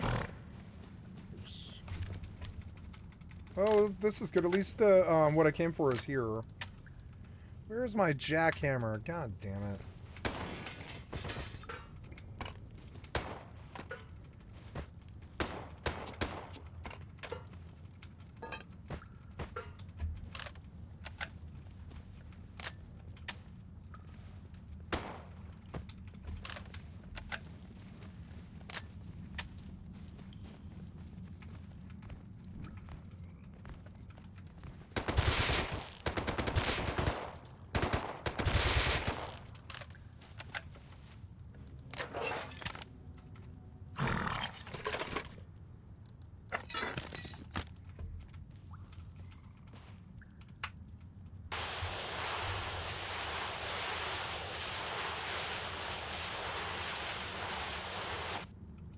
Getting better at this jetpack thing.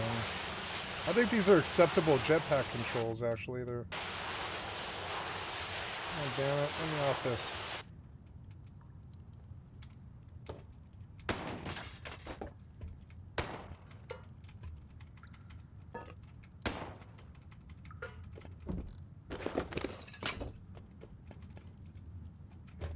You looted those barrels. Damn it. Probably easier to reach. This isn't working. Get me out this thing.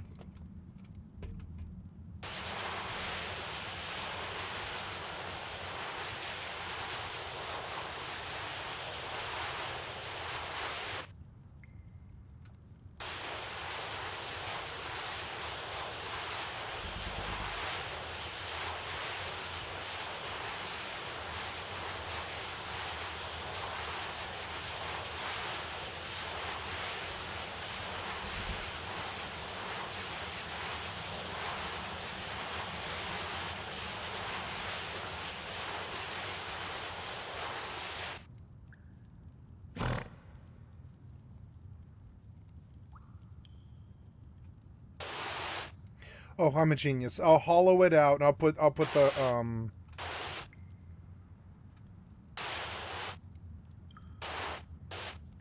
gonna hollow out the boat and I'm gonna put an anchor right up there by the fucking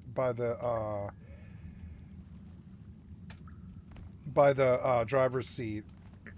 Yeah, my 3x3 design is superior, I think. I'll have to move back like a single square, but a single square is nothing. Oh yeah, I'm here to make fuel. Very good. When I have like 5,000 fuel, I'll redo the boat. I'm on. I wonder if these guys respawned yet, because I would like to just kill this pack twice and leave, honestly. But nope, that pack didn't respawn, so...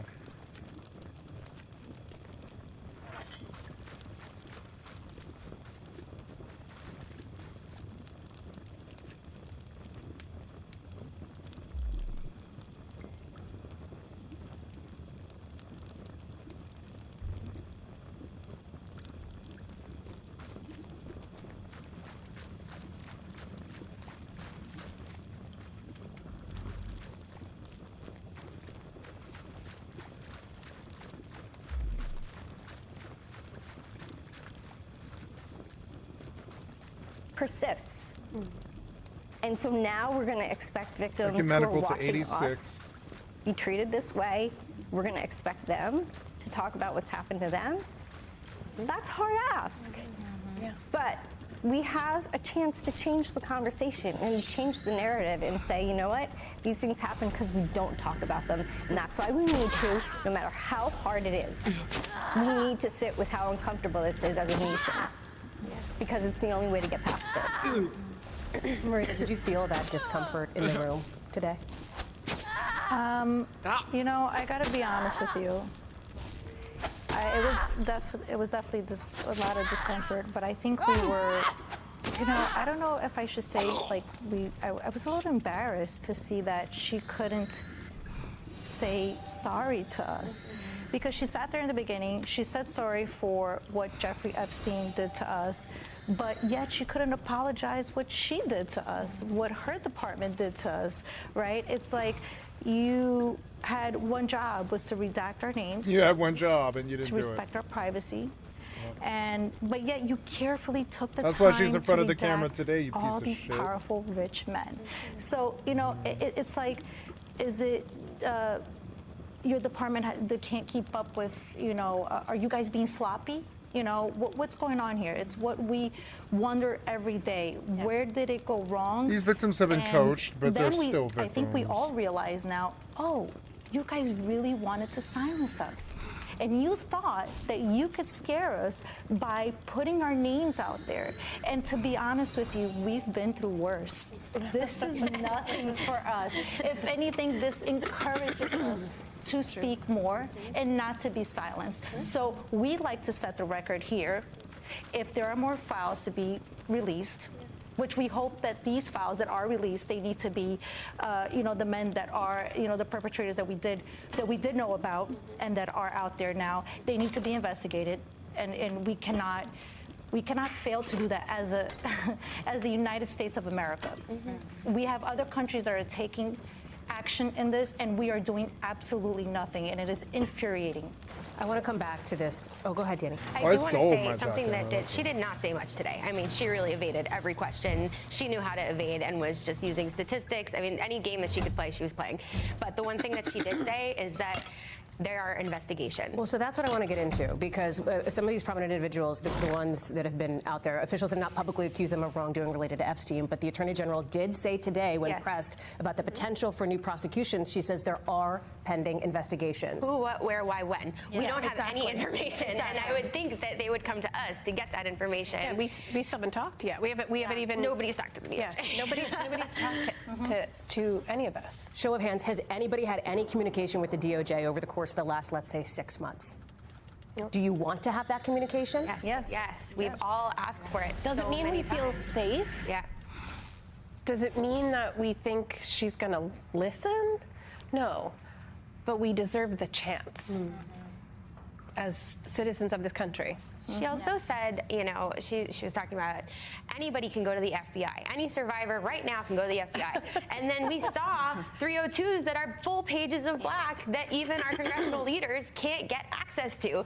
So we've gone to the FBI. We've done the legwork. We've done everything we know how to do. And then to gaslight the American people and stand up there and say, well, they need to come over. They need to come talk to us. It's like, I don't know what else we have to do. We're here at the hearing. Like, we are doing everything we possibly can. So please tell us what else we need to do. Yeah. Somebody who I imagine all of you are thinking about, and I'm sure nobody more than the two of you, is Virginia Giuffre, who has been, in all of our conversations, many of our conversations, the person who you all have said brought together the people she called her survivor sisters. And I wonder, Sky and Amanda, how did you think of Virginia today? In that room, sitting there, I was watching both of you during some of these interactions with the Attorney General. Tell me what was going through your mind. I was infuriated for her. How much more of a cost do survivors need to pay? Virginia paid the ultimate price for her trauma and the consistent failure of every single system she's been a part of, even in the one in Australia. She was failed over and over and over again. And she'd proven herself in court to be a truth teller. And when that congressman put up a picture of former Prince Andrew, and Pam Bondi refused to acknowledge, and that was the thing about it, every time there was a question about Jeffrey Epstein, Ghislaine Maxwell, our perpetrators, the contempt you almost see rise in her body, her whole face. I mean, I purposefully turned my body that way and stared at her to see, like, will you turn around and in one moment acknowledge and look at us, okay? Because Virginia was trashed for her allegations. I mean, ripped apart for years. She was a lone survivor. She kept pushing and kept pushing. And in those files, Ghislaine Maxwell gave her her own vindication. We know Virginia named over 40 names in sealed depositions and open depositions. We know a minimum she has named, and yet we still refuse to see them acknowledge or investigate any of those people. And Virginia has proven herself in court over and over and over again. And to sit there again and have this contempt for the questions I want them from the gone. Congress people. I said in my speech today, we're not here for theatrics. And she's like, oh, the theater. And I'm like, yes, you're the main character in this. The circus act. Yes. Yeah. She was a comedian Really today. well said. Yes. Everyone was laughing at her. It was all strategic deflection all day long. One of the things that she said in response to some of these questions was, and I'm paraphrasing here, but she said, why didn't you ask this of Merrick Garland, obviously the former Attorney General? She referenced other administrations past. How did you hear that? nobody's saying that the other administration handled it correctly. Yes. We're not Exactly. standing here saying that this other administration, you know, could have taken other actions. We're saying, yes, they could have, but this is in your hands now. Mhm. This is in your hands, and you have an opportunity to step forward and do the right thing. And, you know, it was just, God, just the continued, Danny, you put it perfectly, like the gaslighting. Mhm. You know, anytime they would bring up anything relative to Epstein or Ghislaine Maxwell, she would say, well, because in your district, you don't want to talk about this person. It's like, you have survivors right behind you, you know? She's like, any survivor can come forward and talk to us. Well, first, you don't really have an open door policy. Let's put it that way. Yeah. Okay, and I think the second part to it is that they already have Virginia named more than 40 names. They're in those files. Why aren't we just going back to those? There's more than enough evidence to present forward, and now she's contradicting herself, specifically to Todd Blanche, because he's saying there's no investigations that are going to be happening, and now she's saying there's investigations. So which one is it? Yeah. Are you doing investigations, or are you not? Like, we need real answers, and I hope that I hope the American people can continue to stand behind us. I hope that they can demand justice, because realistically, this justice needs to happen. But if we need to go the social route too, we should be putting these names up. What boards are they on? What companies do they own? Like, we shouldn't be supporting any of those, and we should go after our social justice and continue to pursue this justice as well. One of the things the Attorney General also said was that at one point, when asked about the redactions and acknowledging the errors that were made, both over-redacting and under-redacting, she said that the Department of Justice did the best they could, given the time constraints of the Epstein Transparency Act. Do you believe they did the best they could?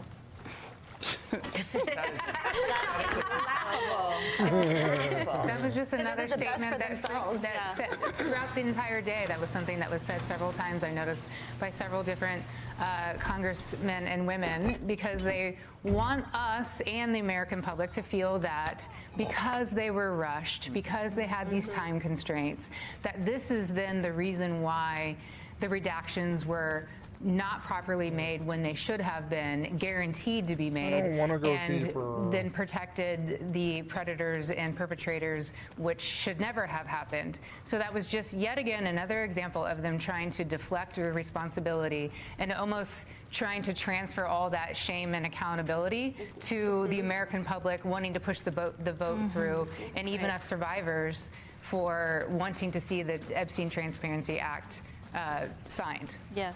Yes. Yeah. It's a form of victim blaming. Yeah. Yeah, I mean, there's a victim list that was released. It's called Victim List. Client list. Okay? Yeah. So, and it had a list of victims. It was and shown, I think, a couple of times in the hearing. Yeah. One was redacted. That makes no sense. This is a list of victims. That's intentional. One of the things I heard from several of you as the process of advocating for the Epstein Transparency Act was happening was that you felt like, given the bipartisan support from both sides of the aisle, that this was not a political issue. Yeah. And I wonder, sitting here today, after hearing what you heard from that hearing with the Attorney General, do you still think that? Do you still think this is not a political issue? I think the GOP is scared. I think that there's some fear there because we have amazing meetings with congressional leaders. We are in meetings all the time asking for their support, and we've actually like some of the best meetings and really compassionate people. And then when it comes time with to Republicans show up, and Democrats. Republicans and Democrats, yes. But I want to speak to the Democrats just for or to the Republicans just for a moment, because in those Republican meetings, we have these beautiful moments with them, and then they're not showing up to stand with us. Like this morning, we had the press conference, and Nancy Mace was the only Republican who showed up, and that was a real shame.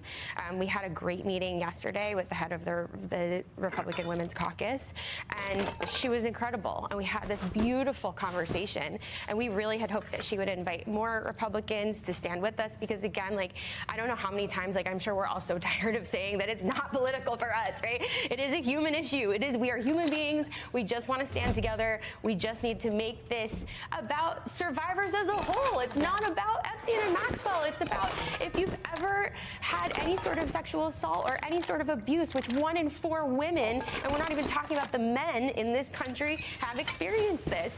So it's a huge issue. It's true till you involve money.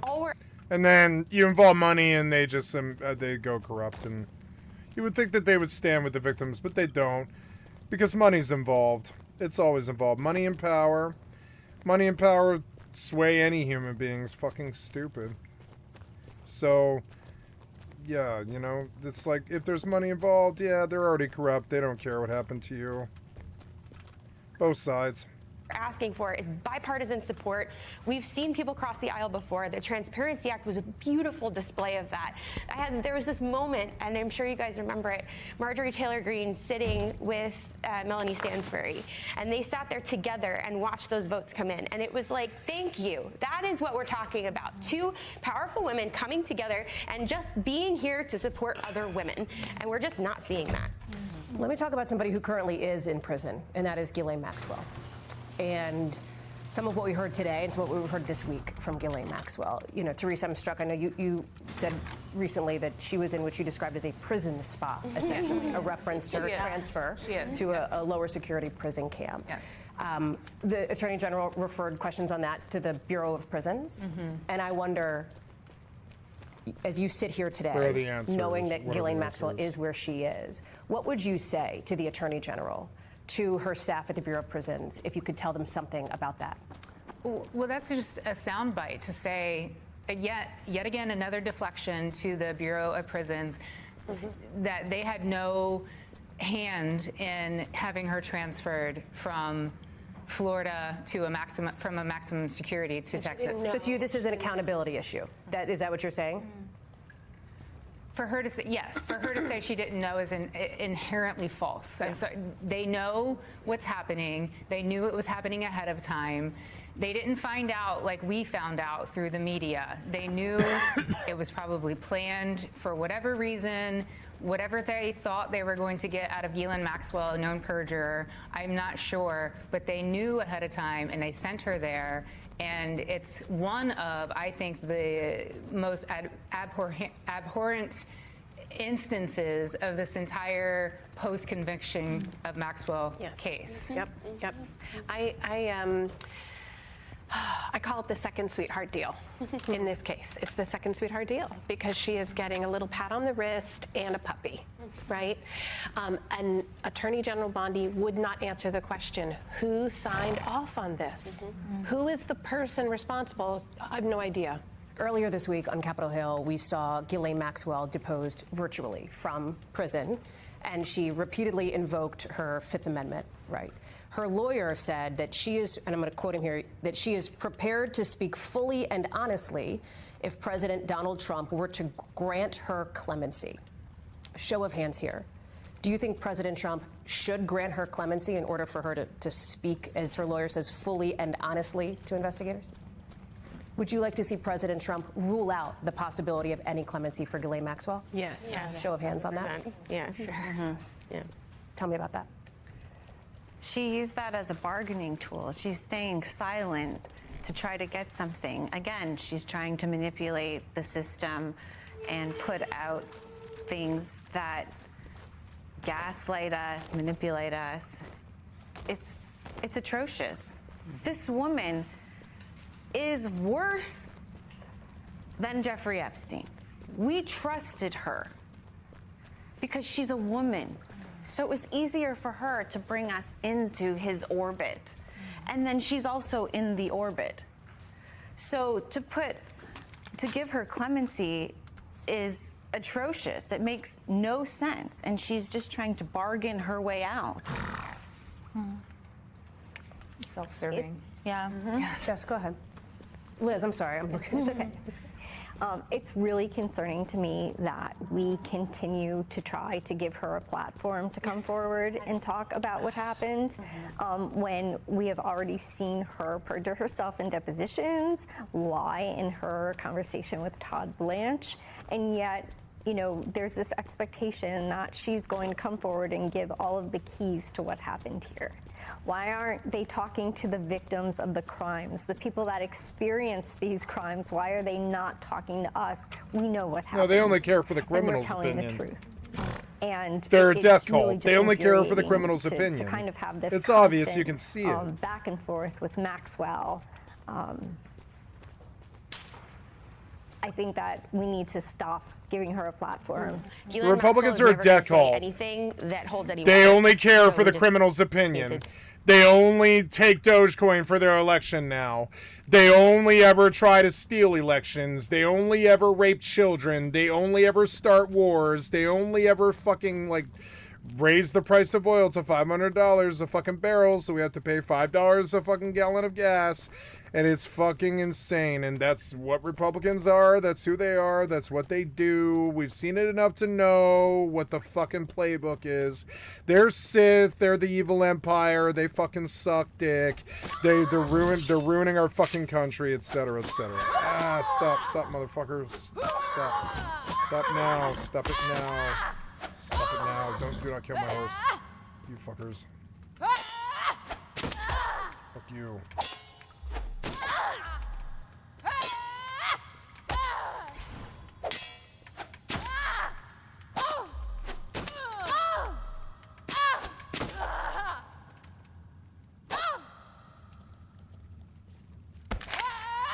Don't ever touch my horse. Nice headbutt.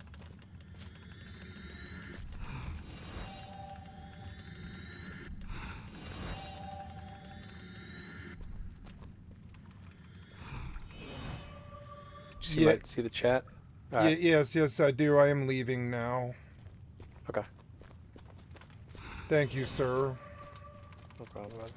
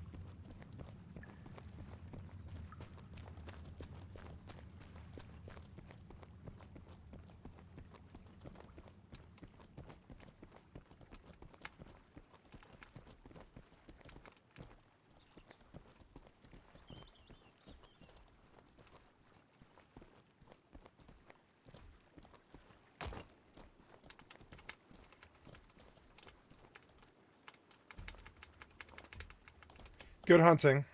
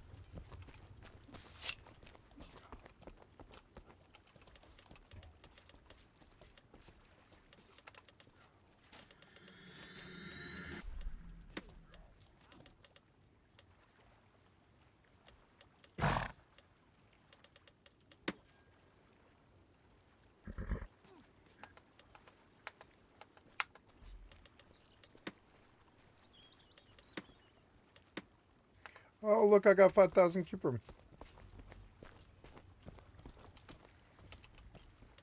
5,000 cube room. Yay! And I could just keep running kits and stuff. And for 100 gold, I think that's a way better deal.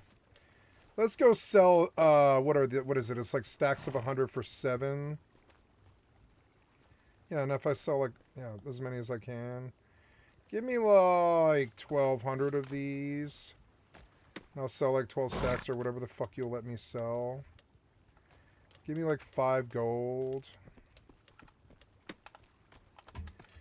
Yeah, and we'll go sell cuprum here.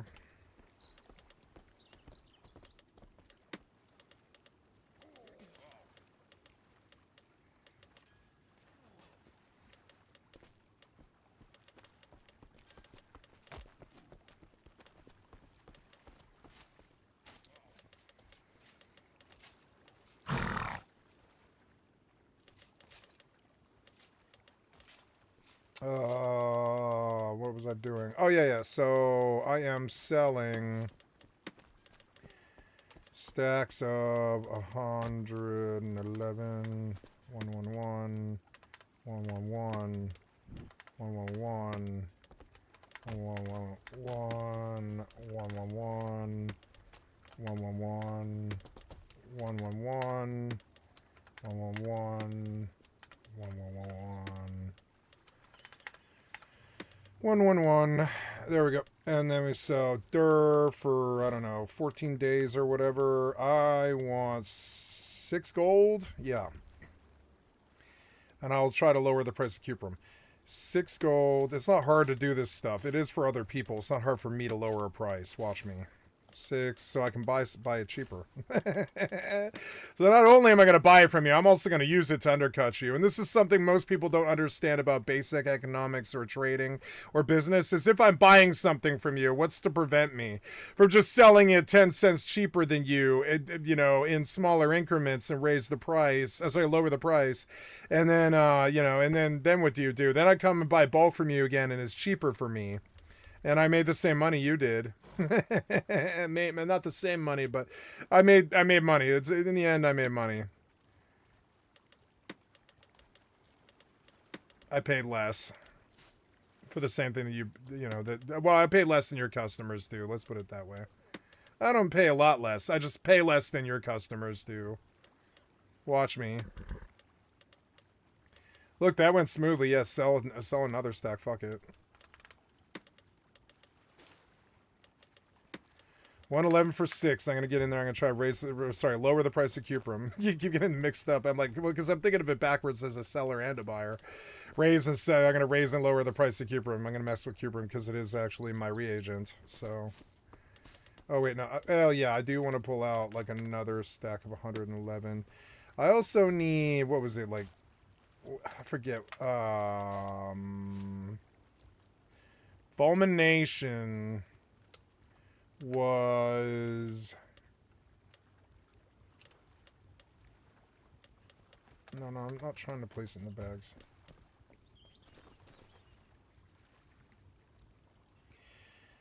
Ichor and Niter. Yeah, Niter's the one I'm missing. I gotta go buy Niter.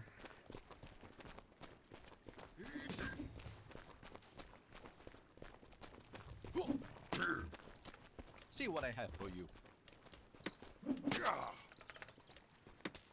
Nice talking to you.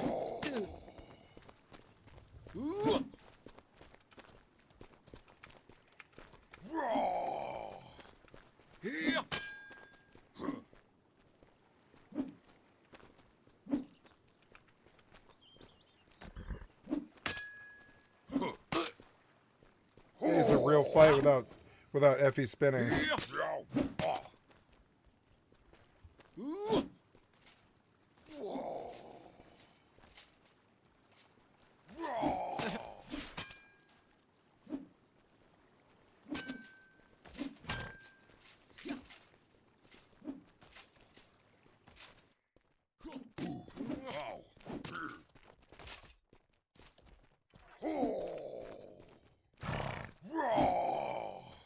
Spear fights.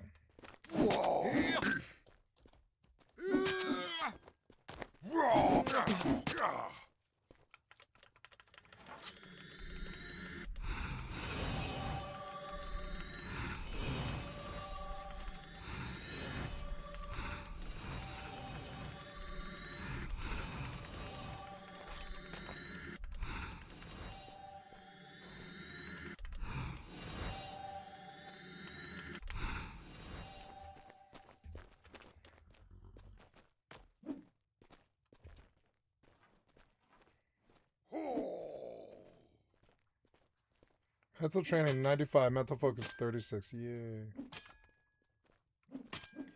Oops, I forgot to go deal with Rust. Autopilot engaged. Okay, so now I gotta go like put all this stuff away. Warping to Stargate. Warp drive maybe I actually do that at the bank, huh? But I'll sell the heads.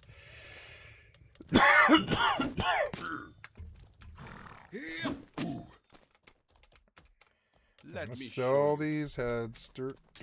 Sold. Thank you. And sell me. Did you sell me Niter? I don't know. Calamine, Niter, and give me about another 111 Calamine.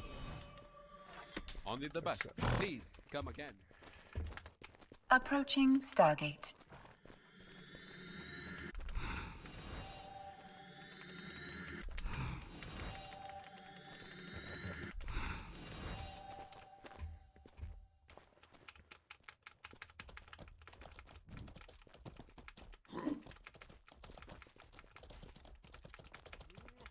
Scorpion mount.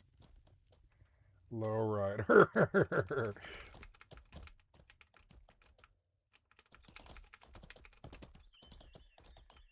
Oh, I didn't drop. Oops. And I didn't turn in. Kind of focused on mortal there. Load rust. Yes. Oops.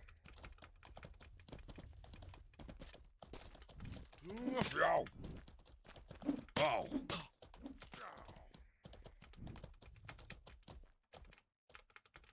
Give me soldier rep and soldier Autopilot clearance. jumping. Very good. Did get some silver aegis there, just not very much. Necromancer, no thank you. Bandit, too high. Tribe Rat is better than Fresh Walking Dead General because it at least pays a Theron. We'll take Tribe Rats and die to Tribe Rats, I guess. 7 Tribe Rats. I don't know about the Black Bear. But it's, I mean, it's the only way to get Hunter Therons. I don't know if I need Hunter Therons, do I? I don't know, let's see. Sting for the skill spear, precise strikes for the spill. I don't know what precise strikes is. Chasing this with death and chasing the bullseye. Snapshot. Precise strikes. No, I don't need hunter stuff. I need soldier stuff for the dagger skills. How many Therons do I have and how many do you want? You want for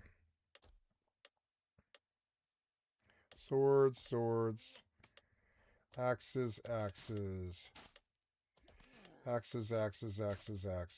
Hammers. Bowl axes. Brawling.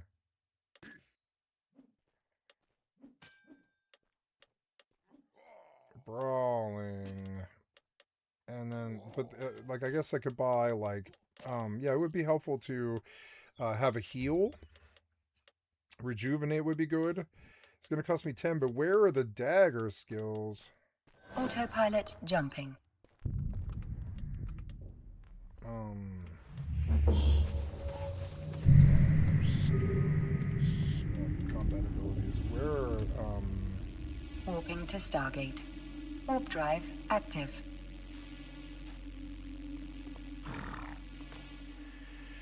Where are combat abilities for the dagger sold in Mortal Online 2?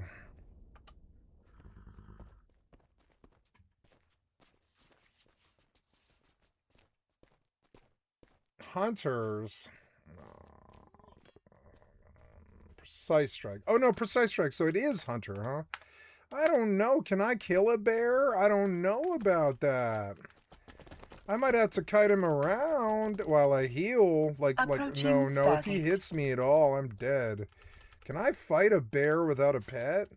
How the fuck am I gonna do that? Maybe I should get a tanky pet. What can I get? Bears? Fucking bears. I mean, yeah, I can tame bears, can't I? I think I can. What's my statistics on taming? But how am I gonna do that? I'll have to... Well, I don't have creature control. I'll have to buy creature control.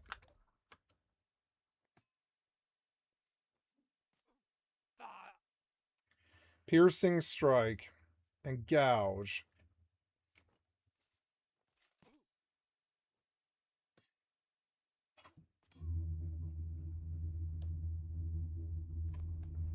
Where do I buy the gouge ability? And piercing strike.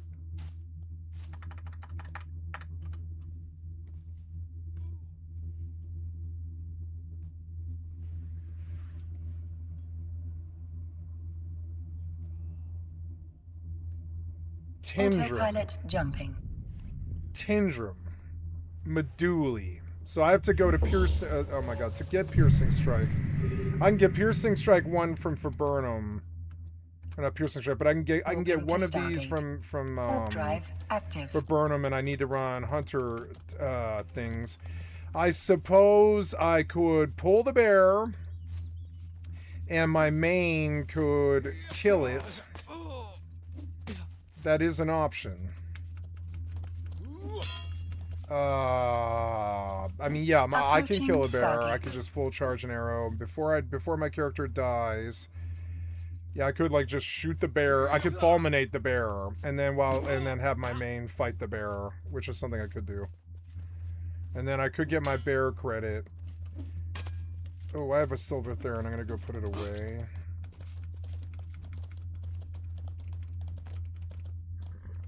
This book's still running, yeah. Oops. No, book's out. So, okay, let's go buy books.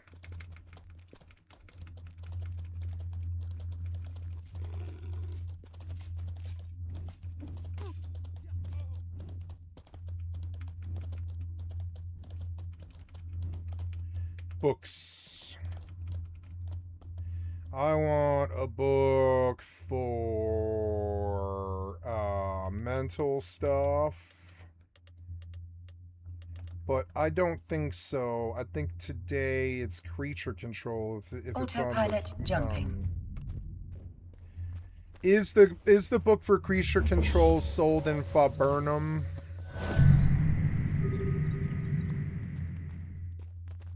Warping to Stargate. Warp drive active. Oh yeah. Oh, okay. Creature control is magic, is it? I have what you're looking for.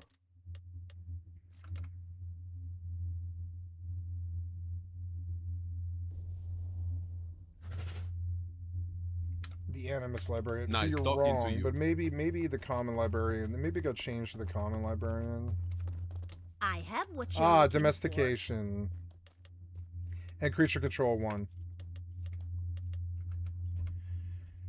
So if I wanted to tame Black Bear, what books do I buy from the vendor, and how do I inject? In what order? Approaching Stargate.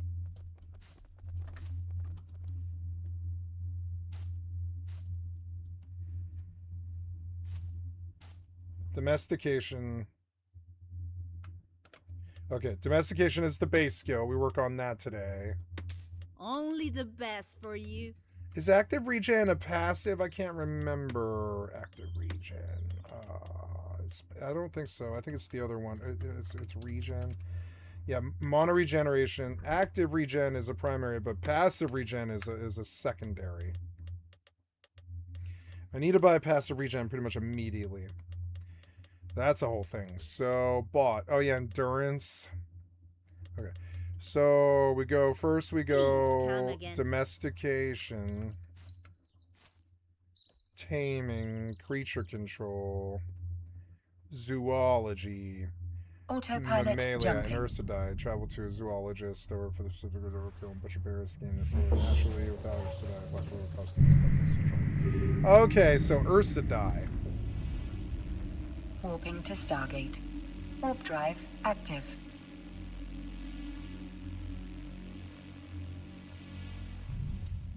Okay, but I don't have that many free skills. I guess I do. I've got like enough to level all 3 of these.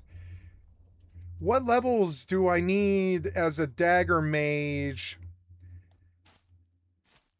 Do I cap all of these at 70?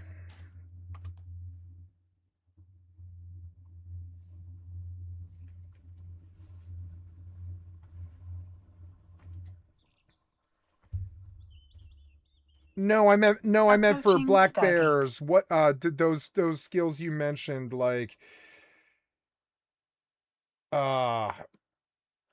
domestication, creature control, can I keep those at 70 or do I need them higher? No, I meant the skills you mentioned: domestication, taming, creature control, etc. Can I keep them at 70 as a dagger mage? Ecumenical mage?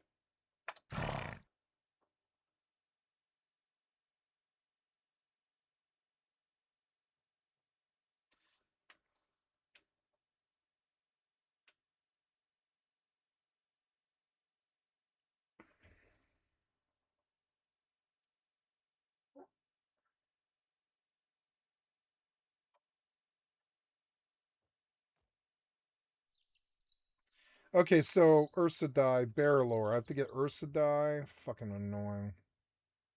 Autopilot jumping.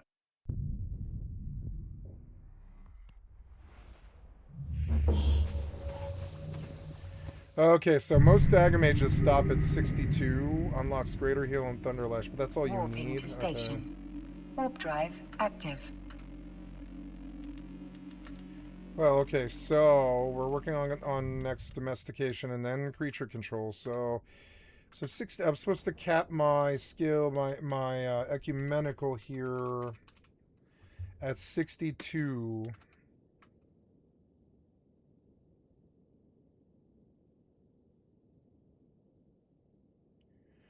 If I want flame strike, but I don't think so. I don't think I want more expensive spells. So I'm gonna just cap at 62, I think. So lock a drop.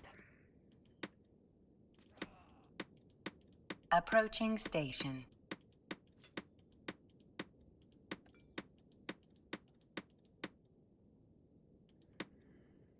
$62.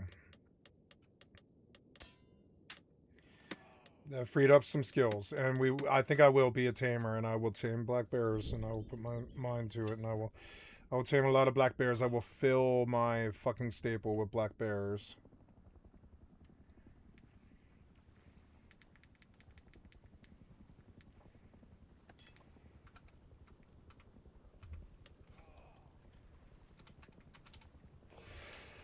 My taming is at 55.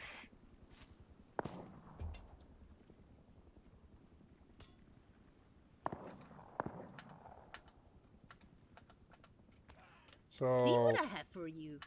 Please, let me show you. I need to run taming after I finish. Welcome back anytime. Creature control, I guess. We'll come back. Take all of that out.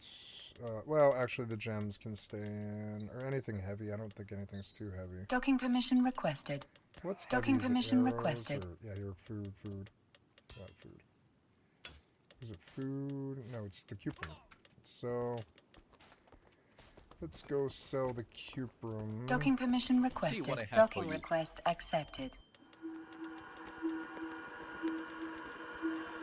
Autopilot disabled. Give me a gold way Welcome less. back anytime. There we go. Way less. All that copper. Yeah. Domestication, and then I do taming next to 70. And then any taming I do, I'll have to get skill up taming bearers, which sucks, you know. But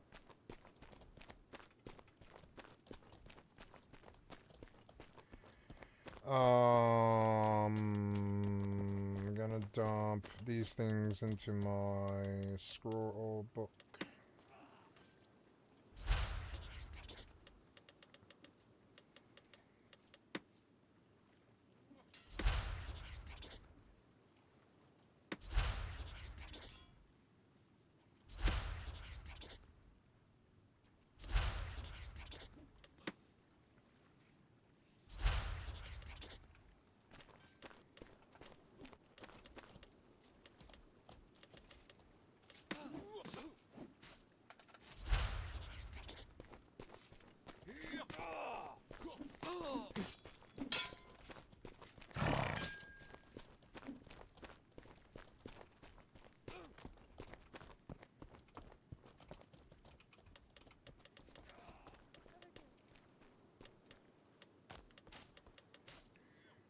Sulfur.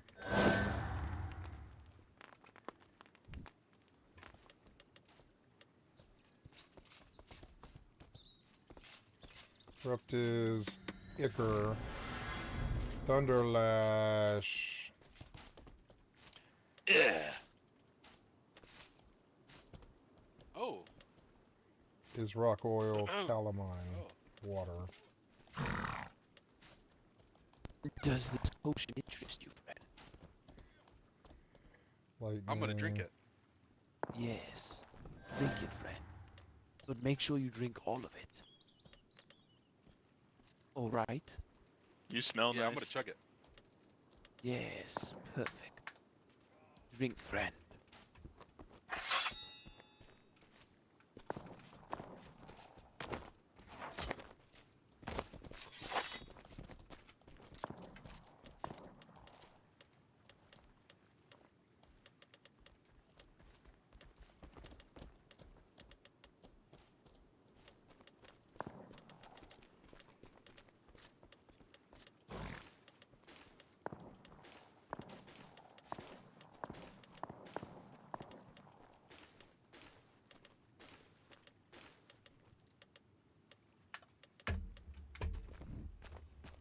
Down here.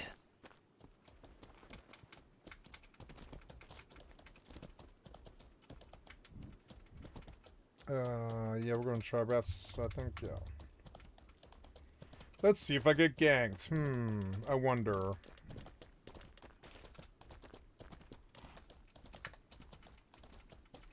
Going to pause here to piss, and I am having a look around. I should go get fuel from the dome. I'll be right back, though.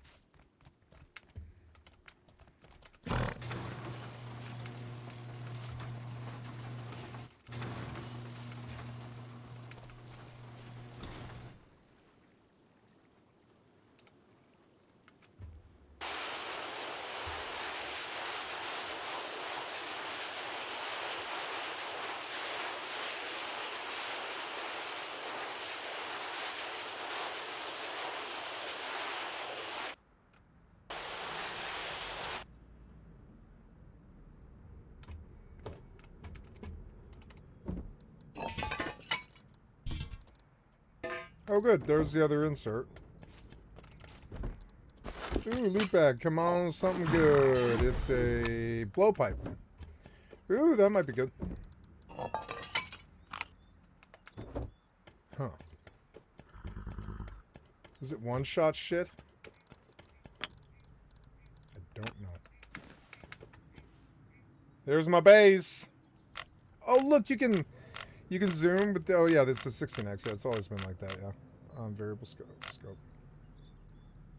You can see my base quite well.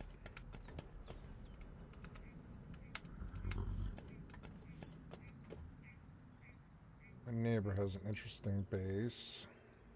Yeah, I'm not raiding that. The inside's probably this terrible pit full of fucking turrets.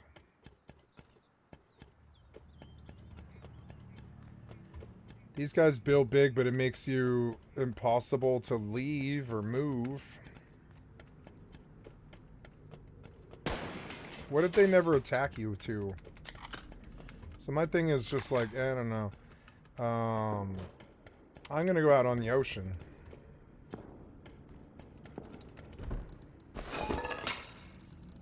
Common loot bag. Nice.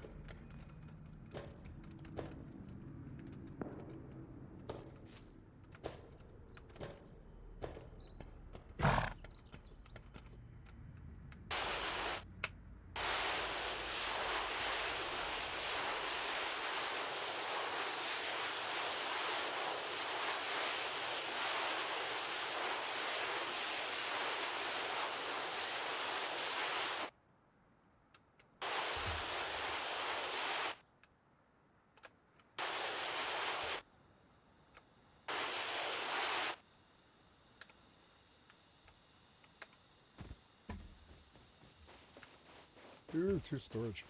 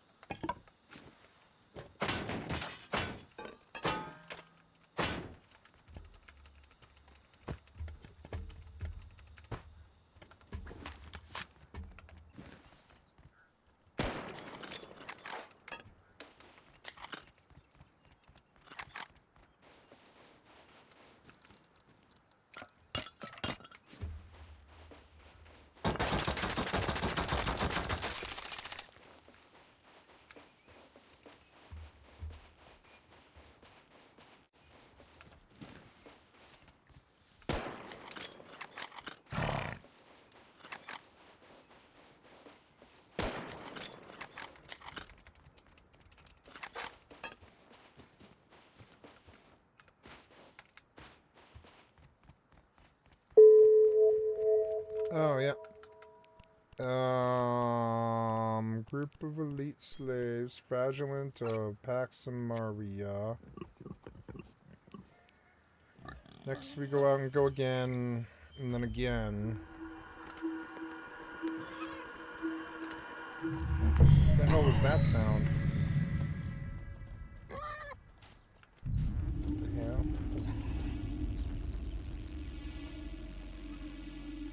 Mayday.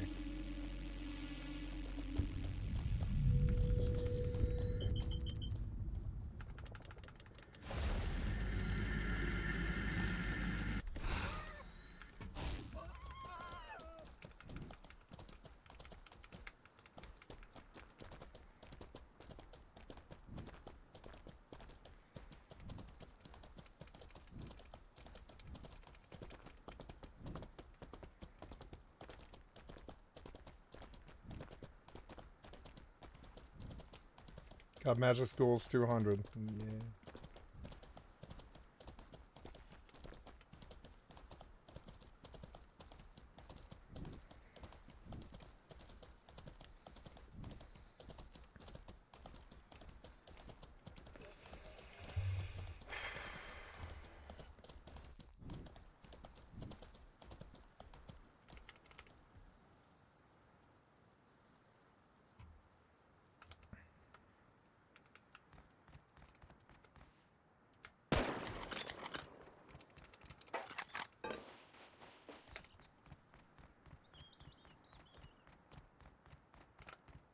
What was that sound? Oh, it was a deer.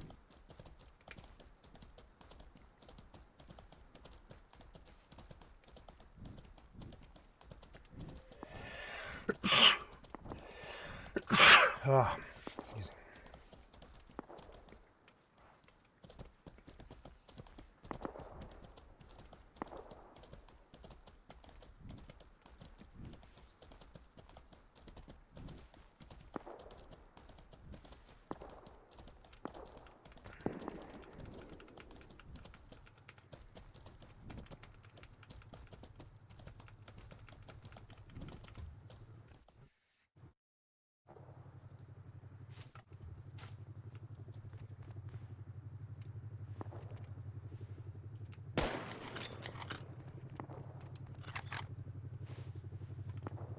So cool. Look at this sandbox. It's like there's a helicopter for no reason. Zombie over there.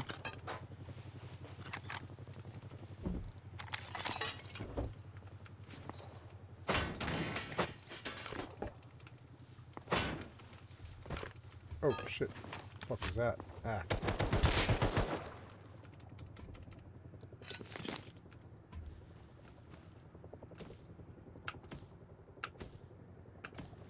Where is he going? Oh. The fuck is that?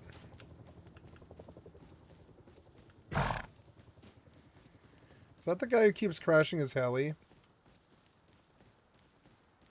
Yes, he did crash his heli. He crashed his heli again.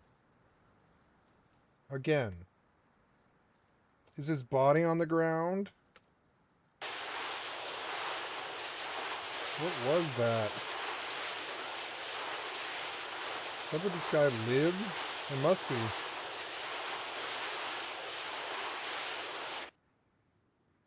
What the hell? I thought I saw him die. No, he must just live here. He lives here. So he must have some helicopter that never dies. Is that what I'm understanding?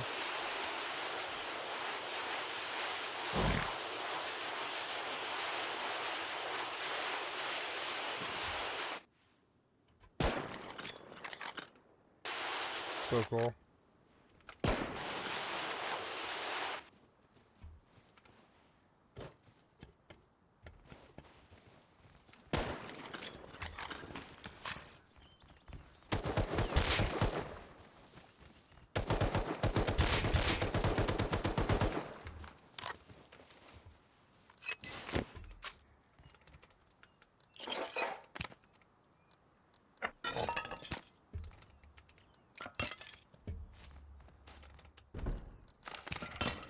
Go, go. Or you can sit inside a house. That'd be safer. I'll go to this chancery. What are the chances anybody's ever going to use this? Nothing. There's no chance. We'll just leave here. Okay. Autopilot. Autopilot engaged. Why aren't we auto-storing that? Do we have a, like... Warping odd. to Stargate. Warp drive active.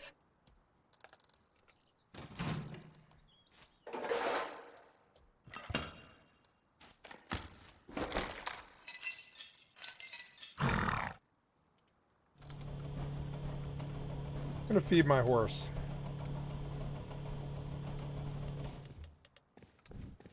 Fuck is that sound? Oh.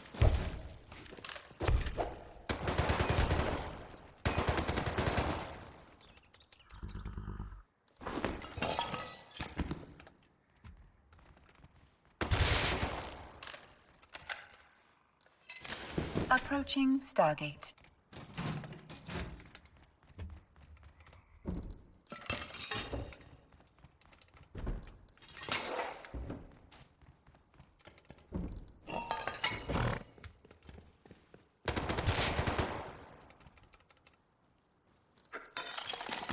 I hit a base over there somewhere.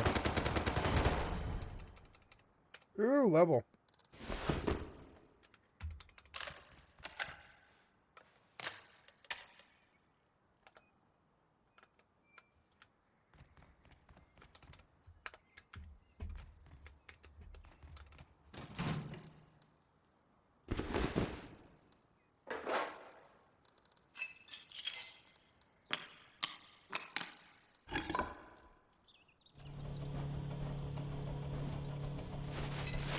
Maybe I'll start keeping laptops in case I run across a blue or a red puzzle.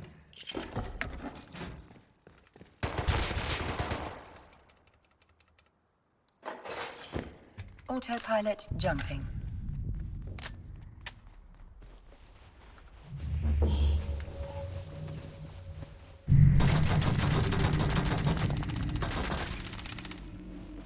Warping to Stargate. Warp drive active.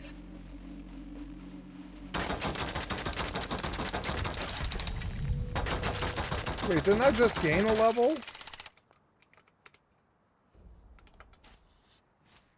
Wow, I have 9 points. Nice. Give me more fall damage reduction. Fall damage reduction. Starting health when respawning. Prevent from being Hurt from cold. You need 10 points to unlock this roll. Oh, exit. Approaching Stargate.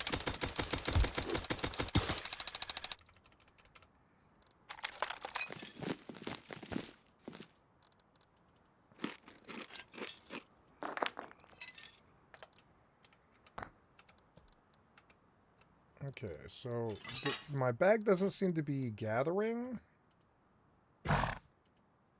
Gather existing, retrieve on, yeah.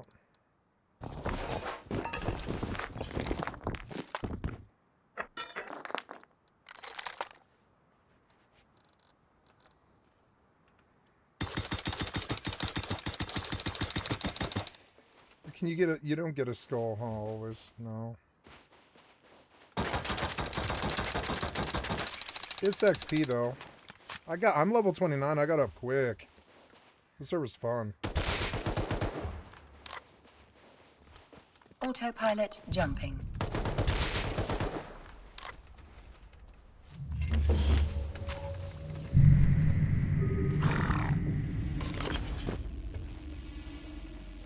Warping to station. Warp drive active.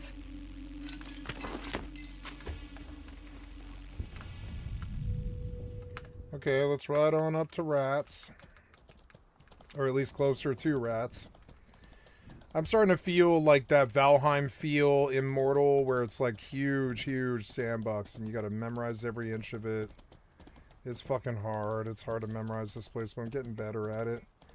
There's places in the map that are not like in my memory and I don't remember. Like over that direction, I have no idea what's that direction. Approaching station. I don't really have a throwaway kit on this character, but my main is.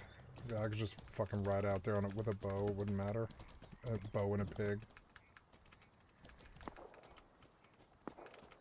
Oh, God damn it. I aggroed the rat, which isn't too good. What was that sound? Oh, God, that's some guy hurting me. This rat's about to hurt me if I don't pay attention. Nope, this isn't gonna work, is it? I need to just kill them immediately.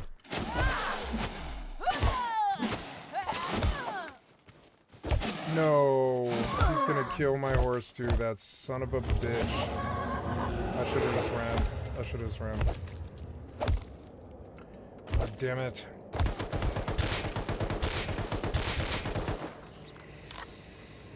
Damn it.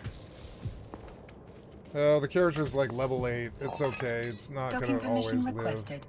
Docking Losing the permission horse requested. is a pain in the fucking ass.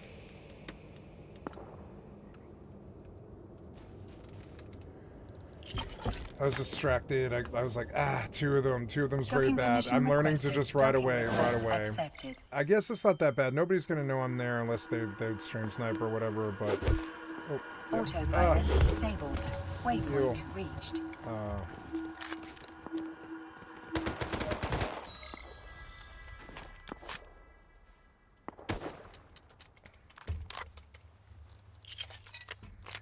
Bring your loot to me.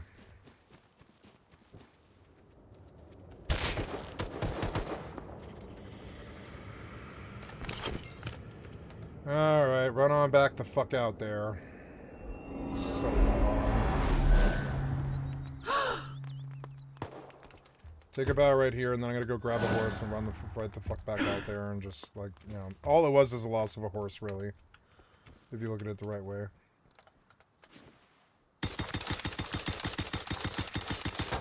Can't get a skull that way, you know? But you can get a lot of cloth, and that translates to scrap.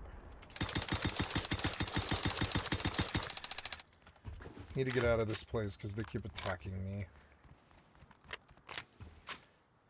Alright, let's go to Dome and check the red barrels. Whoa.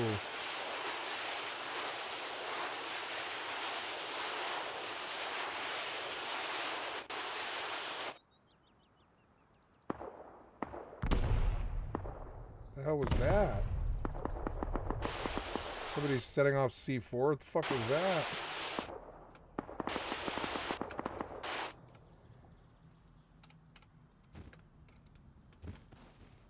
What was that?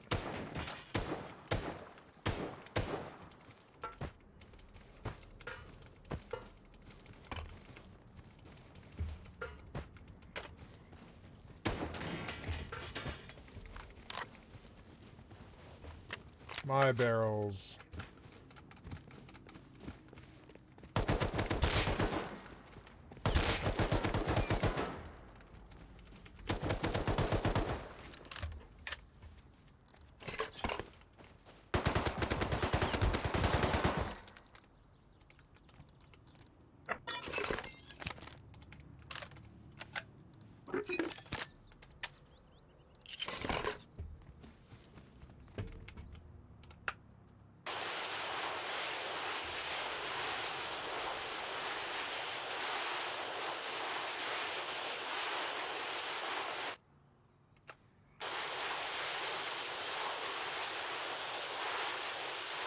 I'm not going back to regular Rust.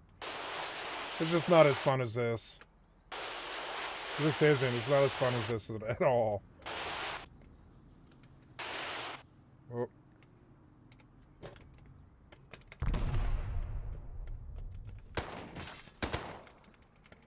The PvE servers, it's decent. You can, like, have a jetpack and it doesn't break the game, you know? 'Cause you have an advantage or whatever, you know? Power gains can mean something. Tin can alarm. Silver egg.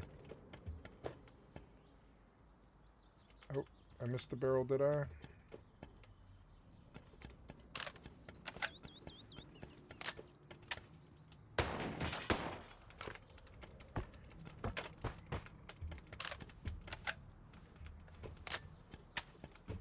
Blast me to Bermuda! Oh.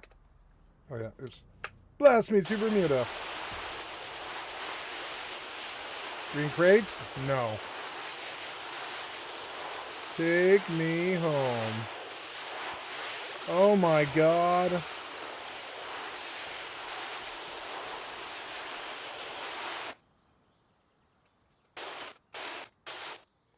Whoa. But I landed it.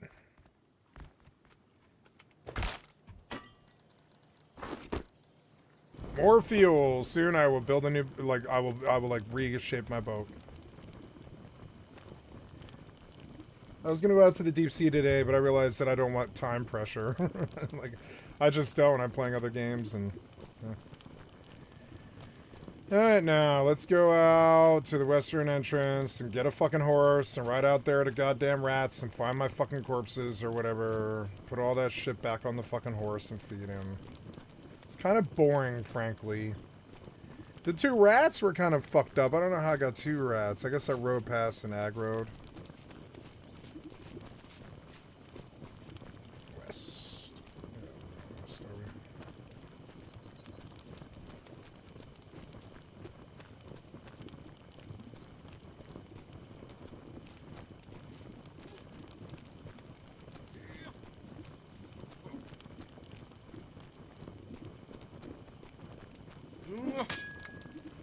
Ding.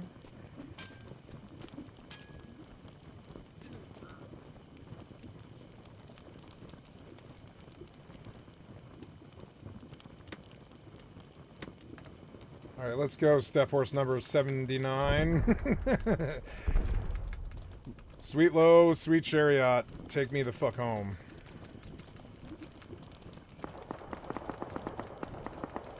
You better not starve on me. You better warn me first. I could just feed him right here, but fuck it. I'm gonna go.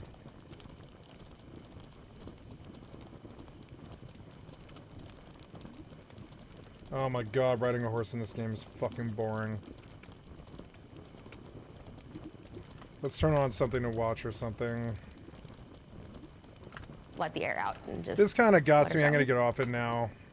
So when people are making claims about like cannibalism and making assumptions about like code words like beef jerky and cream cheese, you are actually sending people off the reservation into places that are not real. You will not prove anything. Hello and welcome to Hysteria. I'm Erin Ryan. And I'm Sammy Sage. Sammy, I have a question for you. Yes. Do you think that there's an FBI file on you? And if so, how long do you think it's existed and what do you hope is in it? Oh, I can only hope I'm important enough to have an FBI file. I have a feeling that it probably has existed since I graduated college, and started and became a Jew running a media company, and that's suspicious. So gotta keep tabs on her. And what do I hope is in it? You know, honestly, my my time of highest achievement was high school.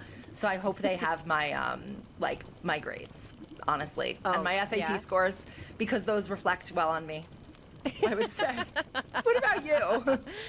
I think there probably is one on me just because I've been working in the media for long enough, and I was working for an organization that was like targeted by Gamergate and stuff. So like I'm sure there's something in there in the mix. Oh, no, I it's a hope what's in there player. is that It's I a used couple to of be fun. players. I used to be Naked. so much fun, and I'm so not fun anymore. But I used to be awesome. If you would have known me in like 2012, you would have had a really good time. Do you think they have pics, like blurry BlackBerry upload pics? I hope so. no. I hope so. I would love that because I don't know where most of them are. They like disappeared with my phone. So maybe if the FBI had some, well, I would hope like extra camera roll pics that I didn't use because I want to look back and be like, wow, I was fun. You're making me, you know, one time I do remember I accidentally, and I'm just going to share this here, and you can cut it out if it's not appropriate. I accidentally uploaded a photo with cocaine in the background. It wasn't my cocaine, just to be clear. It was someone else's cocaine, but I was taking a picture. I swear it was someone else's cocaine. I mean, you know, it was just there. I was just around people who were doing it, and it was a different time. It was a different time, exactly. I'll be honest though, I don't really like snorting things, so that's I'm like Prince Andrew. I don't sweat. And I don't snort. So, as I'm sure you've noticed, Alyssa is out today, but we're joined by Betches founder Sammy Sage. Today we're watching Pam Bondi testify in front of the House Judiciary Committee, so you don't have to. Then we're digging into the Olympics and TPUSA's Super Bowl counter-programming and their lame and miscalculated battle to claim American culture. Who knew liberals would get the NFL in the divorce? Then we wrap up with Sandy Petty. Okay, let's get into it. You're listening to Hysteria, the podcast for people who didn't try to steal the dog from Hurricane Katrina victims. We're looking at you, Attorney General Pam Bondi. You know that story? No, I actually don't.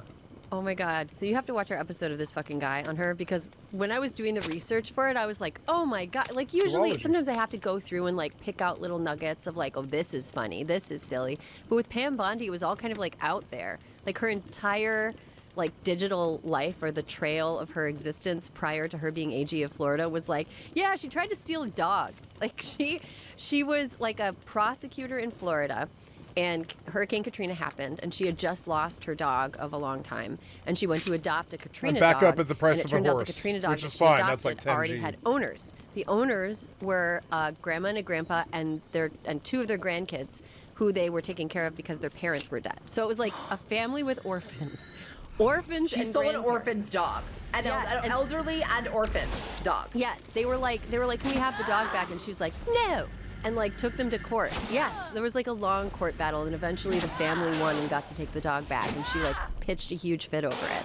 But yeah. Oh my God, you shouldn't have a dog. Also, that sort of reminds me of oh shit, it's like Katy Perry suing the nuns. It's like, are you really gonna do this? Really? Like they just went through Hurricane Katrina, and you're gonna steal their fucking? Just give them their dog back. You can get another dog. Like, you have enough money. You can just buy a different dog. Right. It's also like, okay, she's such Facebook mom energy. Like, I would have loved to see. Was she even allowed on Facebook? She's saved by the fact that she wasn't allowed on Facebook certain years, but she would have been like so annoying. She's like your mom's friend who like friends you, and then you make fun of all her status updates. Yes, you screenshot it, and then you accidentally. Not my mom's friend, but right. One's mom's friend, and you screenshot it, and one time you accidentally send it to her because you're thinking about her as you like send it, and then you're like, oh my gosh, I'm so sorry, and you have to come up with like a lie on the fly. Not that has ever happened to me. No, never. Yeah. Well, Attorney General Pam Bondi is at the top of this segment because she testified in front of the House Judiciary Committee on Wednesday morning. Her hearing comes at an awkward time for the Trump administration, to say the least, when the topics of immigration enforcement and the Epstein files are sort of albatrosses around the jowly neck of the president's popularity.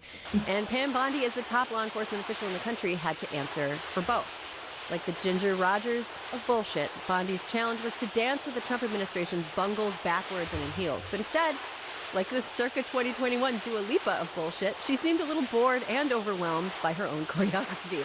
Sounding as always like a Facebook mom who has been arguing with a gate agent for 10 minutes after missing her flight's boarding time and is about to be escorted from the Tampa airport. Specifically Tampa. Yes, specifically. She's from Tampa. She's like Tampa. She is Tampa, yeah. She is Tampa. Yeah. We obviously woke up early to report firsthand this shit show, so let's run through some of the moments that stood out the most to us. Let's start with this chaotic back and forth with Representative Jerry Nadler of New York. How many of Epstein's co-conspirators have you indicted? How many perpetrators are you even investigating? She's wasting time. First, you showed it. I find it. How many have you indicted? Excuse me. I'm going to answer the question. Answer my I'm going to question. answer the I'm question. going to answer the question the way I want to answer the question. I'm going to answer The way it. I asked it. Chairman Jordan, I'm not going to get in the gutter with these people. Is You she can let her drunk? filibuster all day long, but not on our watch. Reclaim? Not on our time. No way. And I told you about that, Attorney General, before you started. You don't tell me. Yeah, oh, I anything. did tell you. drunk. I saw what you did in the Senate. You're a lawyer, not even a lawyer. Committee will be in order. You're not even a lawyer. You're not a lawyer. We will give you a few more seconds. I said that already. 45 seconds. Okay, I'm timing right now, Mr. Nadler. Reclaiming my time. The answer to my question, how many of Epstein's co-conspirators has she indicted, is 0. Wow. Thoughts on that, Sammy? Sounds like she got a little bit of that thing I accidentally uploaded to Facebook back in the day. My first thought was... You think cocaine? You think upper? Marco? I mean, Polo. Maybe. Because this is why. When the clip I saw of her this morning was when she started talking about the stock market, how the Dow is like 50,000, and how like Jamie Raskin's good at like trading stocks, and I'm like, and everyone's like, what does this have to do with the stock market? And she's like, well, what does this have to do with the stock market? Like, she's a little bit hyped up. Usually she's a little more, she's kind of jumpy. I don't know. Yeah, that's interesting. I've seen a clip of her. You better run, brother, you better in a context where it run. would be acceptable for her to be imbibing. I think it was like on a red, like Kennedy Center honors. Like she was that was when she wore the poop dress. She looked like a big poopy. It was all brown. Yeah. Oh my God. It just like it was a terrible look for her, You and she better just seemed very run. intoxicated. Which, like, fine, whatever. If I were going to a Kennedy Center event, I probably would be like, "Yay, free bubblies" or whatever. But this time, she seemed like she's not like her brain isn't moving as fast as she wants it to move. Like she is hyped, but like it's not moving how she wants it to move. And remember last time she had a hearing where she had the like notes, she had her burn book. Yeah, she was like more measured. Well, but she had it like all written down and organized, and she was like, "Oh, this person? Well, you are friends with Reid Hoffman," and like, yeah. But it was more organized, and it felt like it was more calmly delivered. It almost feels like she had a fight with someone right before, and she's still flustered. Yeah, that's a good way of characterizing it. Okay, let's listen to Representative Camila Jayapal of Washington. She asked Bondi to apologize to survivors of Epstein who were in the room with them. She asked the survivors to stand up. Why are you a and fucking criminal, dude? Why did you stab me? To the survivors in the room, if you That's are willing, so fucked up, please bro. stand. And if you are willing, please raise your hands if you have still not been able to meet with this Department of Justice. Uh-oh. Please know for the record that every single survivor has raised their hand. Attorney General Bondi, you apologized to the survivors in your opening statement for what they went through at the hands of Jeffrey Epstein. Will you turn to them now and apologize for what your Department of Justice has put them through with the absolutely unacceptable release of the Epstein files and their information?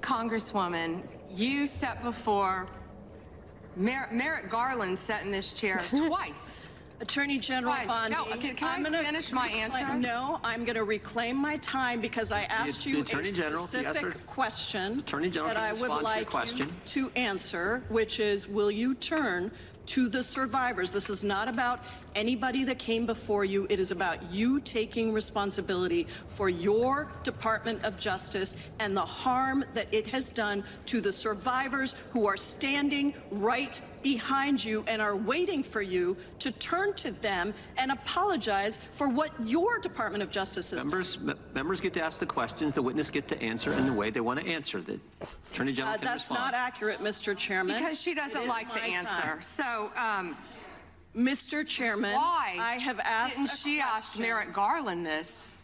I am reclaiming my time, and when I will reclaim my continue to time, answer. it is Mr. Chairman, the gentlelady's reclaimed her I'm not going time. to get in the gutter for her theatrics. The time belongs to the gentlelady. The gentlelady has 17 seconds. Thank you. You're not going to answer this question, so let me just Chairman, say I'll this. direct it to What a you. massive No, I'm cover-up. answering a Mr. question. Chairman, will you restore her time? The witness is I'm interrupted. not going to get in the gutter with this woman. Stop the She's time doing theatrics. and let me have my time. The gentlelady from Washington controls the time. The gentlelady has 17 seconds. You can proceed with your final Thank you. 17 seconds. What a massive cover-up this has been and continues to be. Donald Trump made the release of the Epstein files the center of his political campaign because he thought it would benefit him. Then you got into office, Attorney General, claimed to have a client list, only to then say that there was no list. Sammy, what do you make of that? Okay. What I make of that is that I don't see how our country's going to continue as is if that is the way things are supposedly supposed to get done. Like, that cannot be the means by which we get justice, by which we even get a fact established, which is their goal, to be clear, to make sure that no facts are ever established, because then we would all be in agreement on reality, and then we would all be in agreement on things like numbers and who wins elections and whether or not, how many times someone was shot in the street by a federal officer. And I think that this is like that clip to me is so infuriating, and I actually don't know how the people in the room can stand to sit there and not just scream at the top of their lungs, because this is the game. What she's doing there is the whole administration, that is Trump's whole strategy. You just get in the gears and you just say nothing of any substance, and you just don't allow it to get anywhere. And it's if you want to know how Jeffrey Epstein got away with all this, that 3 minutes encapsulates the whole strategy just in 1 minute. You cannot get anywhere because they don't let you. So I don't know how we're going to keep doing this. It's crazy. It's oh yeah, Congress doesn't work. The Justice Department doesn't work. None of this works. Earlier this week, lawmakers were allowed to see unredacted versions of the Epstein files, which everybody was supposed to be able to see by law, but wasn't. Many, including Wyoming Republican Senator Cynthia Lummis, who said something to the effect of I didn't think it was a big deal, but no, I think it might have been a big deal. Yeah. I'm paraphrasing, Great. but I was just whoa, okay, Cynthia, good thing Wyoming has 2 senators. And then Democratic Representative Ro Khanna also said that he was upset by what he saw, that a lot of perpetrators, accomplices, and pals of Epstein were having their identities masked in a way that was contrary to the law. So, Sammy, what have you seen in the version of the Epstein files available to the general public that you wish was getting more press? I think it's not one thing, because I think part of the problem is actually that people are seeing these little discrete pieces of information, and so there's no people are seeing things without context. So when you, for example, see claims, people are making a lot of claims about things that aren't true, which I think ultimately hurts the things that are true because they're bad enough. So when people are making claims about cannibalism and making assumptions about fucking code shithead, words suck my beef fucking jerky and dick. cream cheese, Fucking you are loser. actually sending Suck people my fucking off dick, the you cocksucker. reservation Get blocked, into you places fucking that are not shithead. real. You will Suck not my prove dick. anything. I think a similar focus is happening with is he actually Go alive? beat on a level That's 7 really more convenient and way be the to make fucking sure no problem one with the ever thinks fucking too game hard and be in about fucking denial how he about it, you actually fucking died. shithead. Hey, And see this who down was in here? charge when that Suck it, you happened. fucking And I shithead. think Suck that there's it. enough established facts to tell the story, and every time people get into these really sensationalist, unfounded things, it's doing Pam Bondi's work. It's undermining this whole like the goal, which is I think to get Americans to a narrative that we understand what happened here, not just about the sex trafficking, because that was a means to an end for these people. And the end was control and dominance. And basically like acting as like an extra national government for America. Like they were running parallel diplomacy. They were running parallel financial games. Like it's a real risk here, like what they've created and still exists. And I feel that we get sort of like distracted by the salaciousness, but also that's what interests people. So like you kind of need people to know those things. You know, you need to know about Peter Attia's email to get people outraged to understand the big story. But at the same time, I don't think people are getting the big story. I think the story, and I don't want to say like the sex trafficking is the little story or anything, but I know it's like, to clarify. Yeah, it's it's horrible. But I think that the like sex crimes are easier for people to understand than financial crimes, and I think that's why more people are talking about the sex crimes. But I do think like the financial crimes are the big fish here. Hysteria is brought to you by Z-Biotics pre-alcohol. The financial crimes are the big I don't fish here. bounce back the next day like I used to. I have to make a choice. I can either have a great night or a great next day, or neither. I've got 2 kids. They don't leave me alone. Fucking stupid that is shitheads until I found fucking pre-alcohol. Z-Biotics pre-alcohol probiotic drink is the world's first genetically engineered probiotic. It was invented by PhD scientists to tackle rough mornings after drinking. Here's how it works. When you drink, alcohol gets converted into a toxic byproduct in the gut. Pre-alcohol produces an enzyme to break this byproduct down. Just remember to make pre-alcohol your first drink of the night. Drink responsibly and you'll feel your best tomorrow. So I first gave pre-alcohol a try when I went to the Crooked Media holiday party this year. I knew that my little baby wakes up at like 5:30 to 6 a.m. every morning. No negotiating that. She does not respect Saturdays whatsoever. So I went to the party. I took the pre-alcohol drink. I made sure to substitute water every other drink. And then the next morning I woke up and I felt just like fine. Everything was fine. I only felt like I wish I could sleep for another hour, but I didn't have the dry mouth. I didn't have the headache. Nothing. Felt great. Ready to try it? Go to zbiotics.com/hysteria now. You'll get 15% off your first order when you use Hysteria at checkout. Plus, it's backed by a 100% money-back guarantee, so there's no risk. Subscriptions are also available for maximum consistency.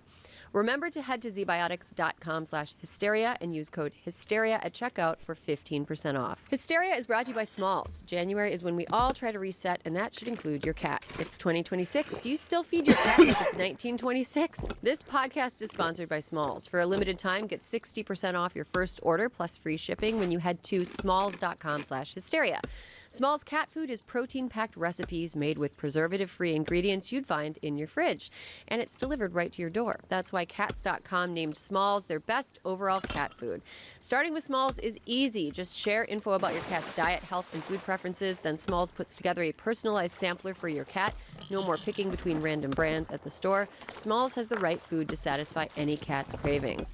My late great cat Eleanor was fed Smalls for a substantial period of her life, and she absolutely loved it, and she lived to be 21 years old. So I think that it's no mistake that I was giving her the absolute best cat food that was perfect for her health at the stage in her life that she was at. Still not a believer in Smalls. Forbes ranked Smalls the best overall cat food, while BuzzFeed said my cats went completely ballistic for this stuff. After switching to Smalls, 88% of cat owners reported overall health improvements. That's a big deal. And the team at Smalls is so confident your cat will love their product that you can try it risk-free. That means they'll refund you if your cat won't eat their food. Make 2026 your cat's healthiest year yet. Take advantage of their New Year's special and get 60% off your first order plus free shipping when you head to smalls.com/hysteria. One last time, that's 60% off your first order plus free shipping when you head to smalls.com/hysteria. I don't even think about it as like the crimes necessarily. It's not like this wire or that wire, although it's more about like what their goals were. Like that didn't even get achieved in his lifetime. Like last night I was reading through again Bannon's text with him because there's so much information there, and it's like they were talking in 2018 about like overturning the Chevron decision. That's why they wanted to get Kavanaugh appointed. They were talking about like Venezuelan oil and investing in Argentina. And I do not mean to say that like the sex trafficking was ancillary. In fact, we wouldn't know about any of this if it weren't for the sex trafficking. Like, that was the weakness in his operation, that he was, involving thousands of kids, girls, people, like women in this. And that's actually what got him exposed. And I think that's what's so crazy about this is, like, we wouldn't even know about any of this if these two girls didn't get into a fight in this Palm Beach high school in like 2005. And that's also like the impact that he had on people throughout his life, because these big, extra governmental machinations, like, they may have never been achieved. But what he was doing to achieve those things was blackmailing people and trafficking girls and physically creating so much trauma, pain, harm, that is what caused them to get exposed. And that is why the American people are so mad, because people really don't know about this other stuff. But I think it is really important if we want to actually get accountability, because I don't see how we're getting accountability for each discrete crime. Like, there needs to be a real, like, overturning of this. Yeah. I mean, I want to talk about accountability in a little bit, but I just had I have an ancillary question. Why is the tone of the messages between, like, Jesus Epstein Christ, and what the fuck is wrong with Mortal? I swear to God, I block like 5 fucking people a day on this fucking game. I swear to God, every single last one of them goes up in my fucking face out of fucking nowhere, jumps me, and then tries to make it my problem when I cuss them the fuck out. No, it's your fucking problem, piece of shit. You jumped and murdered me, piece of shit. I didn't touch you. I was sitting there on my motherfucking horse doing nothing. You show up with your jack-off fucking patrol. What the fuck, man? Suck my fucking dick. I'll say it right on YouTube. I don't fucking care. Bannon Suck my dick, worthless piece of shit, as you ruin the game live. Like, as you ruin the game live, as you fight people who don't even have a third of the power of you, don't even have a weapon equipped and shit like this. Fucking stupid piece of shit, worthless ass, cocksucker, honorless ass fucking bullies. You know what I'm saying? And I mean every word I say. I would never speak to these fucking people. Muted. Just like most of the EVE Online people, just like fucking Russ, just like all of it. It's all the same piece of shit-ass people. I swear to God, it's all the same piece of shit-ass people. It's so dumb.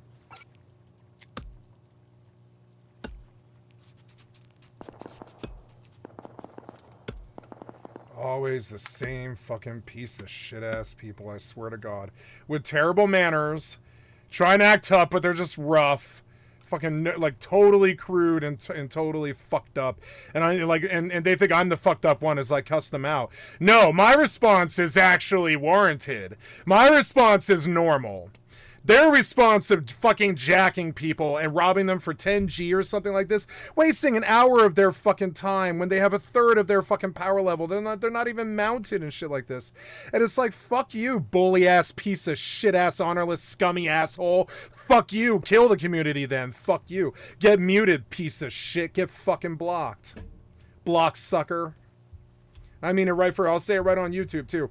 In 50 years, I'm gonna laugh about it too. In 50 years, trust me. This time, motherfucking 212. In 50 years, motherfucking, not 50 years. Yeah, like 40 years. Call it 40 years. 40 years this time. In 40 years, I know I will. Someday in February, I'll be watching this in like 40 years, and I'll be like, I was right. I was right. They were pieces of shit. They were worthless. They ruined the community. They ruined the games. In 50 years, I'm still going to feel the same. I have no shame how I cuss these fucking worthless nerds the fuck out. I got no shame. I'm sorry. I got no shame when I robbed them on the fucking hypernet. Got no shame when I stomped them in fucking faction warfare. Got no shame when I killed them on fucking Rust or pull 1,500 Fortnite wins or whatever the fuck it's been. 1,000 fucking Fortnite wins or whatever the fuck it's been. I really don't know. And, like, you know, it's up there, though. And, you know, and I just, you know, no piece of shit nerd. I don't care for you. I don't care to talk to you. You're a worthless piece of shit killing your own game. Fuck you. You went out of your way to make my day worse. Fuck you, asshole. My response is entirely appropriate. Your actions are the irresponsible, honorless, scummy-ass actions of the irresponsible, honorless, scummy-ass piece of shit that you are. Show up 2v1, kill my horse, Get some crim thing out of me. Fucking report you for fucking murder, you fucking shithead. 3v1 people with no guns equipped as usual. Or whatever piece of shit ass, loser ass piece of shit ass, loser ass piece of shit ass, fucking shit ass trip you're on. King shitter fucking retard. Suck my dick. Look at the response these worthless pieces of shit pull out of me. You know? Look at what they do to me. It's fucking annoying. I hate sharing the same server as them. I wish I could buy like single player versions of these games. Sell a single player version of this game. You would make a lot of money. You should sell a single player version of this game. You would make so much money if these shitheads weren't involved.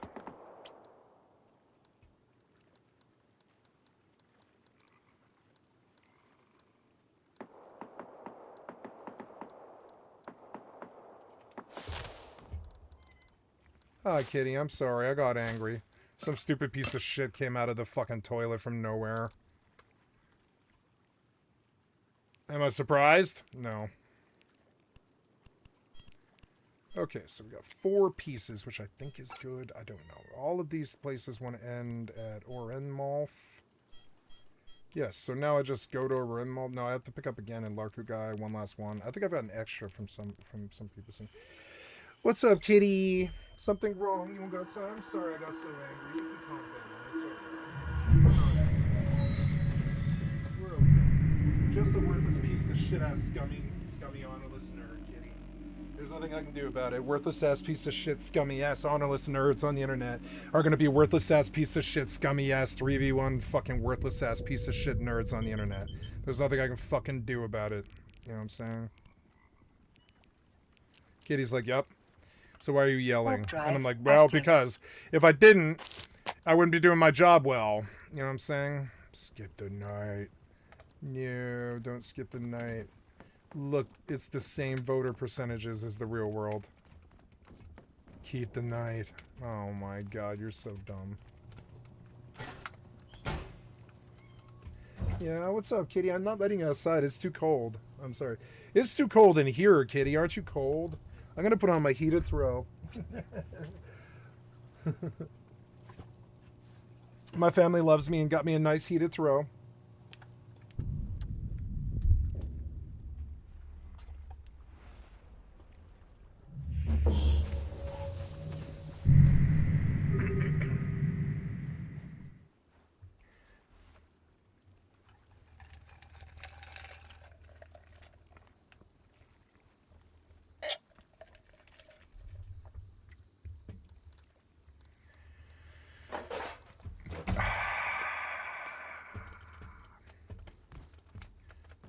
So, did I replant? I think I did. Didn't I? Oh, no, I didn't replant. Oops.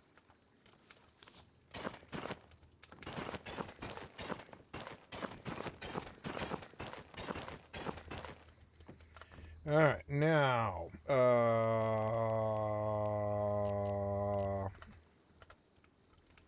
Warp drive active.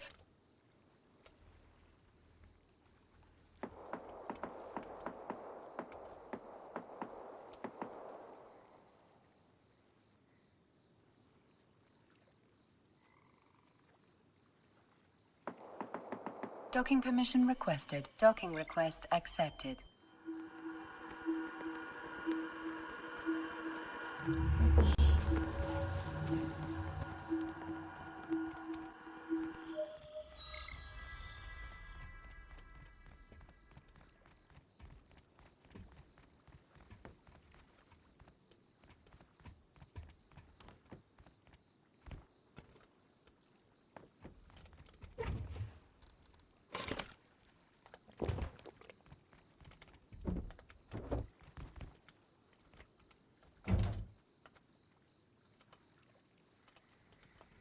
Alrighty.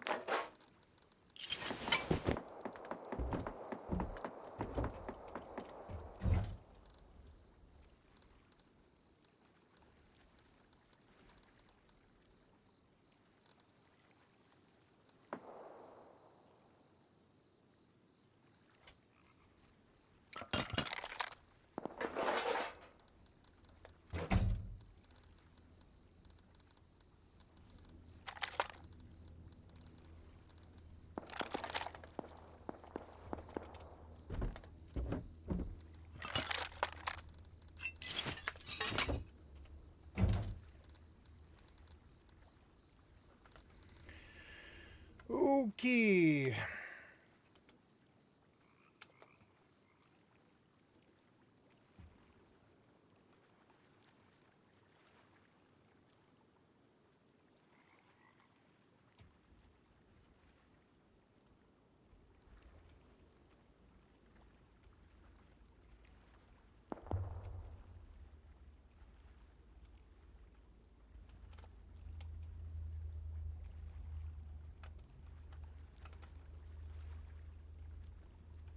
Let's go replace the shit I lost.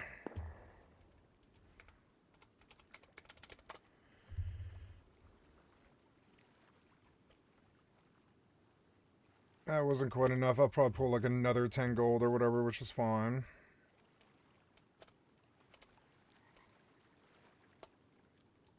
Yeah, give me like 1,000 silver or whatever. There we go. Now, I will buy a dagger. Oops, get rid of that. Okay, I will buy a dagger. Fucking dagger. Price lowest first. Ooh, did something come in? Pick up items. Return. Unknown head. Oops. What? Fucking idiot. Fucking stupid piece of shit.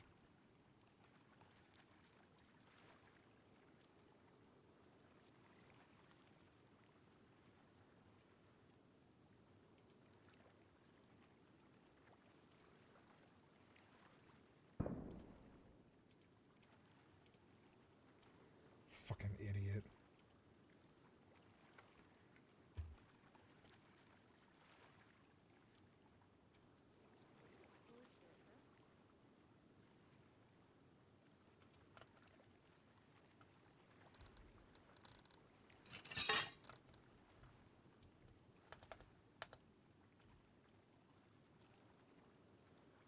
I don't think your mic's working.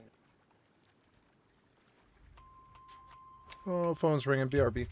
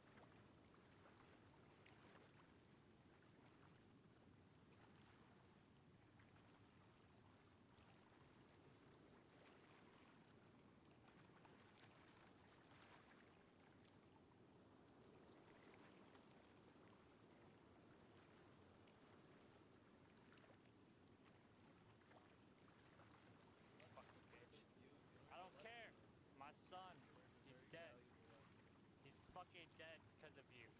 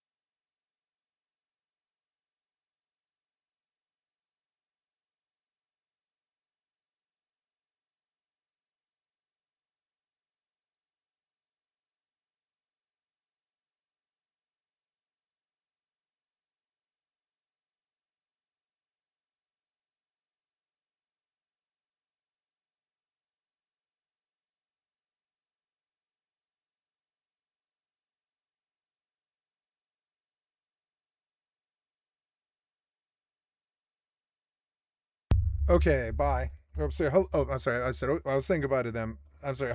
Hello. So, okay, bye. I say hello with okay, bye. Okay, bye. Hello.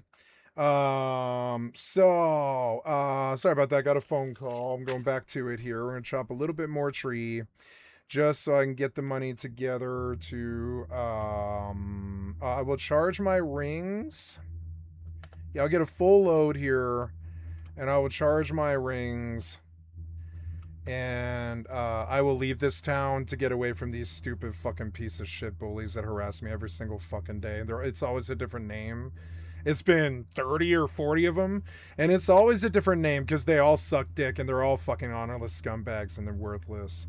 So like now, now I'm just gonna leave. I'm gonna leave Fab on this character because it's like this character, they see me and they're like, ooh, there's somebody with no armor and lots of money and reagents and stuff who can't kill a target solo basically unless they have friends and I don't have my taming up yet, and there's stuff that I need in Burnham, but I'm going to stop trying to do stuff in Burnham other than take their money. I'm going to take their money. I'm going to chop trees. I'm going to take their money. I'm going to buy about 5 more books. I've got to buy another taming. I'm Another,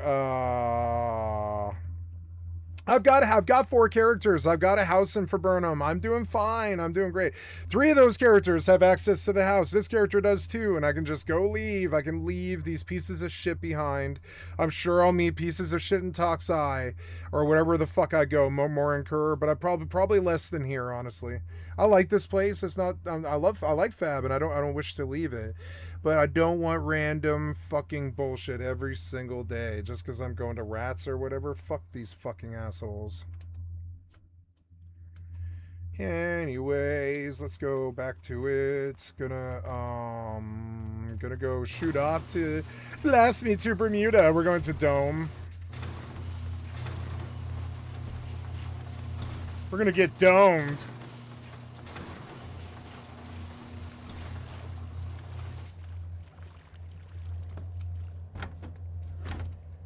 Did you buy my stuff? No.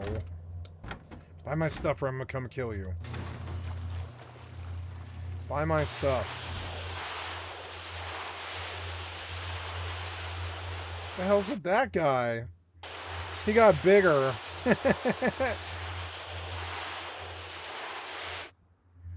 Look at all those red barrels. That's almost as good as below. I'm gonna go hit those. Yeah. We're going to get like 5,000 fuel. And I'm going to reshape my boat, and I'm just going to leave these landlubbers. I'm going to leave them behind in my boat dust. Boat dust. I'm going to leave them behind in my boat dust. Oh, 67. Wait, what? Guessing a number. Oh, something. I just want to give away the winning number. 29. Spinach stick. They want a supply signal. Grats.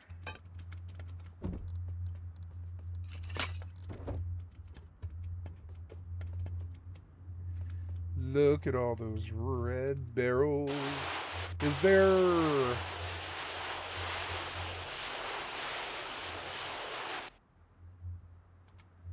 Whoa.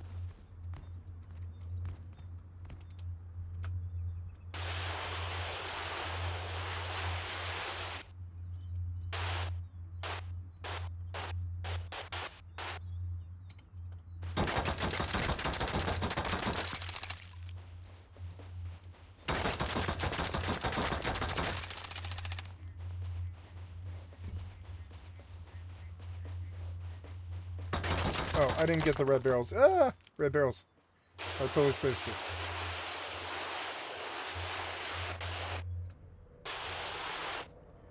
Cool. I'm the Rocketeer. I'm the Rocketeer in my mind. All the Rocketeers in my mind. I'm a Rocketeer in my mind. Yes. Fly.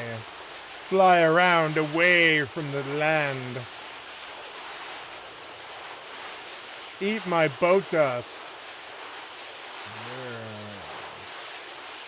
Yeah. Blast me to Bermuda. Why is there a submarine here? Oh, splush. Oh, yeah, am I here? Yeah, I probably am here. Okay, item hanger. Nothing in the item hanger. You had me go to some place for no reason. That got like tossed in for no reason, so take me back now to the goal, which is Ormouth. Yes, go. But we got 6 missions done, which is good. That's like half of a rep bonus gain, which is cool. Autopilot out. Autopilot engaged. Okay, let's get some more money off these nerds and then leave this town. Leave this town. Gonna leave this Drive town. active. Leave this town behind.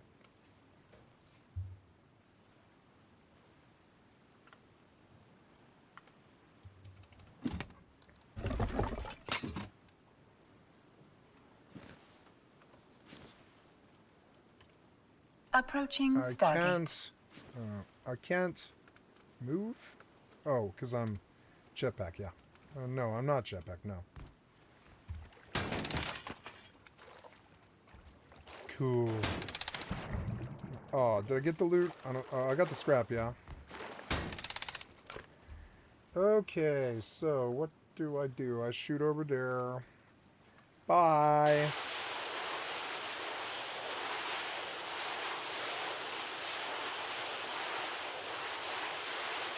What's all that? What is all that?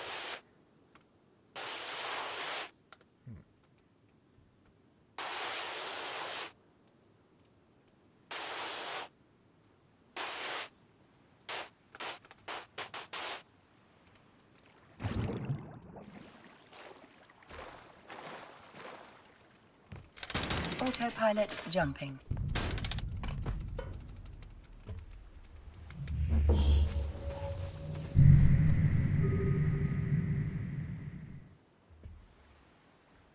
Warping to Stargate. Warp drive active.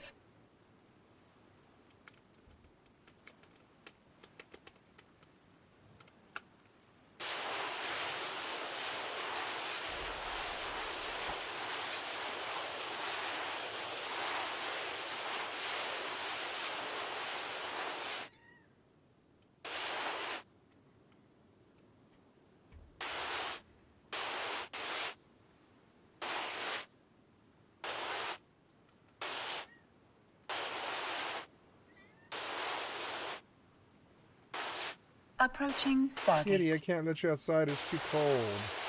It's too cold out there. You are sick. You are not going to be freezing cold as well. You have UTI. Your immune system is compromised. I'm not gonna freeze you out there. No, I'm not gonna let you freeze out there, Kitty. No. No. No, Kitty. No. Oh, I put my air tank away, I think. Damn it. Hi, Kitty. You want to sit on my lap instead? Yeah, I'm trying to warm up my my heated throw. I love my heated throw.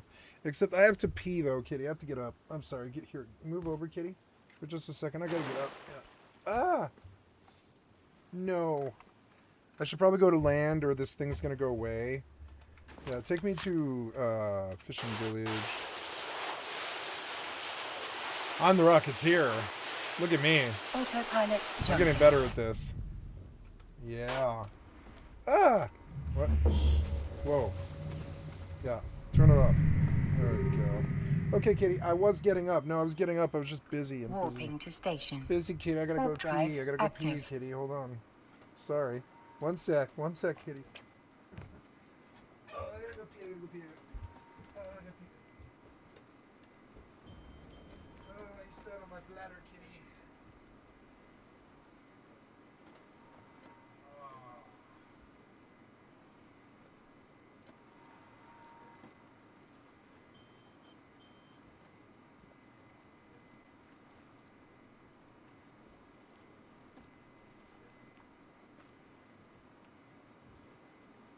Approaching station.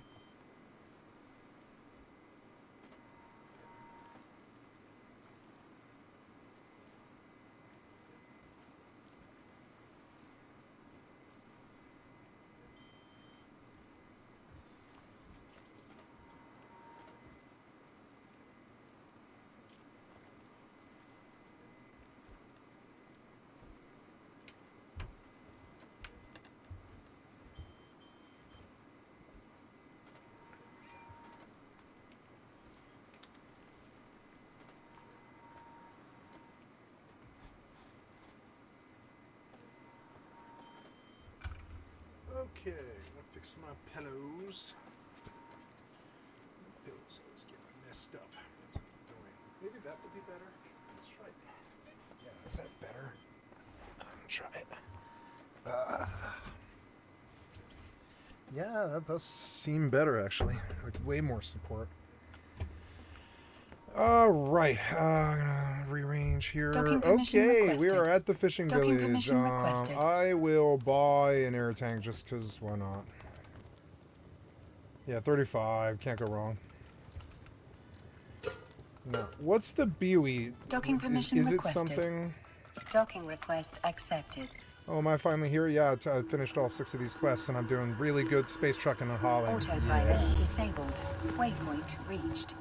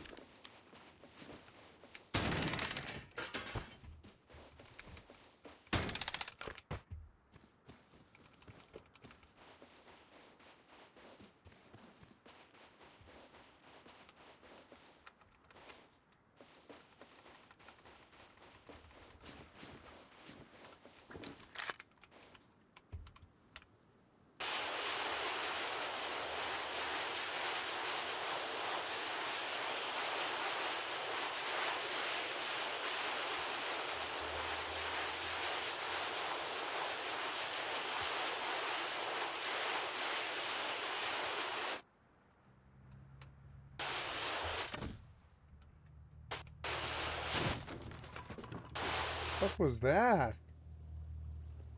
What was that sound? Oh. What the fuck?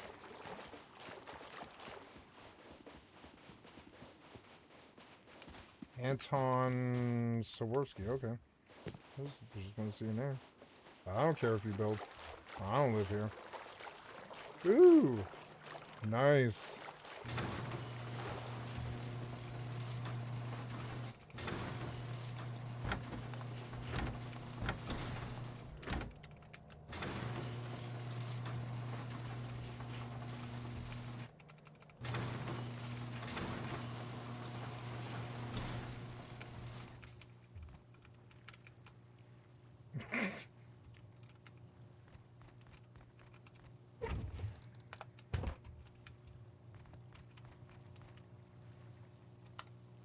How far am I from there? That's pretty far, huh? But I could warp to the town. Yeah, let's go to the town, huh? Oh yeah, I have some crude to boil, huh? Yes, I do.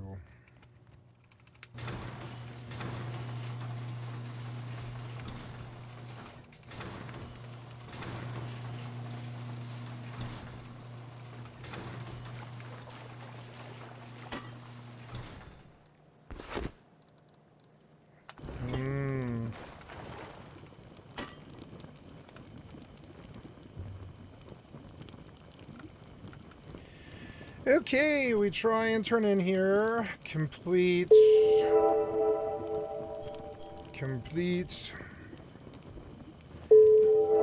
don't know, the level ones, I don't know if they're really worth it, but you know, but they are like, you know, missions all from the same thing. Oh no, this one apparently. Oh, I'm supposed to turn in. Oh yeah, okay, well then go there then. What is this? 4 group of elite slaves. So I did, and then the fraudulent Pax of Mario, I don't know where that's from. That must be the old one. Right? Yeah, I think so. So trash this thing. Take it out of there and go turn in and come back here. Nice. Yep, undock. Okay, let's chop some more tree and then leave this town. No, I don't know. Should I leave this town? No, because I'll come back. I know I will. I'll come back in the end. I'll just farm. It's prime time. I know what'll happen. If I go out, I'll be fucking harassed. Alchemist for hire. Where's your owner? I don't see him.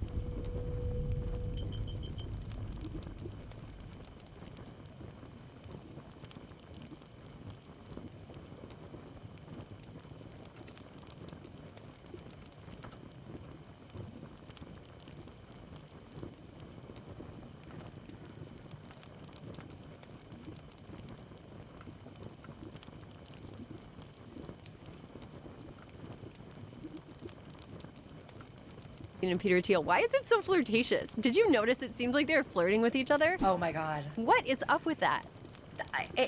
I'm coming tonight, Steve Bannon. Oh, this is like my nightmare fuel scenario. You're like texting Steve Bannon and you're about to go have an amorous connection with him later tonight. And it's like, it's the 7th level of hell. We were kind of like chatting about this last night. It's like, yeah, these men hate women and girls. They hate female gender. And they just, their only true love and respect was for each other. Like, they didn't respect, the only woman I feel that they had any respect for, two women. Their mother. Masha Drakova and Kathy Rumler. They all love their mommies. Everyone else was just an instrument to them. But they loved Jeffrey Epstein. Like, they thought he was the greatest thing since sliced bread. But it's also like the biggest losers thought he was that. But I think that exposes the Epstein files, and all these communications really expose how easily impressed men are with other men and how eager they are to impress each other. It feels very like you're watching like a natural subordination play out. Like they really want to be like subs to a big, important, powerful guy, but in being that guy's sub, they're not going to be harmed. They're going to be like, you know, protection protected. racket. Yes, exactly. When you just said that, like the natural whatever, like I was picturing just like a bunch of animals in a pack, like I think grooming the leader. Yeah. But I don't know. There's something more almost perverse because in a pack, like in nature, that leader is the protector, like a real protector, not like a evil rapist, liar, like all these things. And yeah, no, Peter Thiel was like so taken by him. Oh yeah. Peter Thiel is so easily impressed by other dudes, and now he's sort of like stepped up in the like MLM of men being impressed with each other. And now his downline is a bunch of guys who You're are so super impressed with awesome. him, even though what he says is alternately crazy and nonsensical. Yeah. It's really it almost feels like watching like the Emperor Has No Clothes play just happen over and over and over and over again. Because I think like none of the emperors have clothes. Actually, none of them do. They're like, if they're not actual like sex pests, if they're eager to hang around with a sex pest or turn a blind eye to a sex pest if they think that it'll get them close to the power, which is like so disappointing. But also there were like some glimmers. It did get them close to the power. It did get them. They were right. Close to the power. They were right. They're still right because look who's in power. Well, there has been some fallout from the Epstein dump, but unfortunately, it seems like most of it is in the UK right now. Like Prince Andrew was stripped of his royal title before we saw any of these emails, which tells me that what is in there about him that has been redacted or not released publicly is probably pretty fucking bad. But there was something that came out this week. DinoCon, which is a UK paleontology conference, has banned all Epstein file names out of concern for the safety of its attendees. So way to go, paleontologists. Wow, we have people who, actually smart people. There's such like a cosplay of smartness, intelligence in these files. Like they really believe they are truly geniuses. And I want to, did you watch that interview with Eric Weinstein? Did I watch what? That interview with Eric Weinstein where he talks about how Epstein was like a construct and he worked in the Harvard math department, and like why is Epstein involved in like my studies? And I was like, that's a really smart guy. Like that he's a physics guy, whatever. Like, they all really believed that they were so smart. Well, they all just told each other the things that they wanted to hear. It was sort of like they were just like in a constant, like a circle. You know what's an emotional circle jerk? Yeah, yeah, like emotional circle circle jerk. That's the Republican like Party. the snaking in its own tail, except they're sucking each other's dick. Yes. Yes. But it's like, it seemed very much like, oh, they're all telling each other what they want to hear about each other and about themselves. Like his relationship with Steve Bannon was very funny to me because I kind of knew Steve Bannon back in the day. He would talk to anybody. He was so like he had so many reporters' phone numbers. He would talk to like just about anybody. And he just Could I call him now? I don't know if I still have his number. I'd have to open like a Proton Mail like account that is defunct, but we'll talk about it offline. But he was like always just like willing to talk to people, and he just loved feeling like a big shot. He loved like hosting parties because it made him feel like a big shot. He loved like being like talking to important people, and you could just really see that dynamic between he and Epstein. It was just two guys who are kind of full of shit who want to feel like big shots. Oh, you want to be a big shot too? Oh man, you like underage women too, or whatever. We both found this in the files. There was like a really strange dynamic between Epstein and his so-called goddaughter, and I think that whole situation, you were talking earlier about people like picking out things that they shouldn't pick out and like just like running all the way to the end zone with it, where it's like, whoa, this is like too much. But I remember early in the Epstein file releases, there were pictures of Epstein with a girl or a little girl on his wall, and people were like, that's JonBenet Ramsey. Oh my god, yeah. So I saw that. Oh yeah. Oh, people think like Ghislaine is in this picture with JonBenet Ramsey. It's like, maybe I don't know. No, it's not really evidence of that. But also, I think if you read further on, there's like receipt of like him getting a painting of his goddaughter made, and like it's like, oh, okay, well, this relationship is still a little strange, but like, okay, like. Look, the thing is, I actually think it's not strange. It's only strange if you believe what they told you about it. If you actually look at what it most likely is, which I believe that this, I think Glenn and Eva Dubin's daughter is probably their oldest daughter is probably his daughter. I mean, that is an interesting theory for sure. I mean, if you read like everything about the way that they interacted, and you read all their interactions, all his interactions with Eva, you look at like the comments about like Glenn, you see how much he did not seem to have any relationship with the other Dubin kids, like at all. And yet he was like arranging for Selena to go to school like all the time. To buy her flights, buy her clothes, buy her everything, get her custom shoes, there were millions of photos of her, like not millions, but there's so many photos of her that he had. There was a box of photos that are labeled Selena in his house, like in the evidence file. Yeah, there's also like a CD, and if you actually read the interactions, and you read his interactions about her with other people, the way he talks about her, there's emails to him where people like are congratulating him on like his baby and how she's like this age, like, oh, you have a 21-year-old and it's on her birthday. It's like, and it would be when she was 21. Like it's, and also Eva Anderson was like his only, from what I can tell, like his seemingly only like consensual, real, like equal-ish partnership, like where I don't know that that's true, but like she's the only person who seems to like have any gall to talk back to him, and that who he has any like respect for of all the people he's dated or been with or whatever he did to them. And I also feel that like I assumed, oh, he must have done something like gross to Eva's daughter, but like you actually see all the different interactions, and it seems like this is the only person who he actually seemed to care about. There's an email with, I believe it's Nadia Marcinkova, because her initials are there, where she says to him, like, he says to her, like, I told you, like, you and Selena are the only people I love. And when you actually, like, spend a bit of time with this, like, this is how a man talks about his daughter and treats his daughter. And there's, like, you know, he asked for photo shoots for her, but he would write, like, no nudes. Like, it actually seems like this maybe was the only person who he did not abuse and seem to have genuine affection for that isn't interrupted in any way. Yeah. Weird week for her. weird couple of months for her. I mean, they also, a lot of those files are deleted. So all the files about her are like gone, and you can really only see them in Gmail.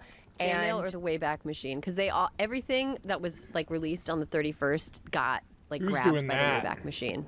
So you can use They're Wayback Machine to lawyers. pull They're it. But lawyers. yeah, a lot of that stuff is getting pulled down, and it's sort of like, I mean, I just wonder if like she knew, or her siblings knew, or like I don't know.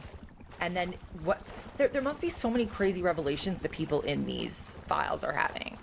I mean, Ghislaine Maxwell seemed like a companion that was always kind of off the deep end. Like, she had this sort of like British frivolity where she's like, oh, my daddy says I can't ever get in trouble. I'm ever so naughty. You know, like she just had this like Mary Poppins, but like, I guess it would be more like statuary Poppins like vibe where she was like Statue Mary. You know what I mean? It's Statue Mary Poppins, yeah. But she always seemed like a little unhinged, and like Ava Dubin is like a very respected, I think, an oncologist. She like she's a doctor. She's a medical doctor. She seems very different from all the others. Children, her children went to Harvard. Like they have jobs. We go. Like Stay I think the fuck out. her oldest daughter is an MD. Like they have jobs. Like they seem like function. Their brains work.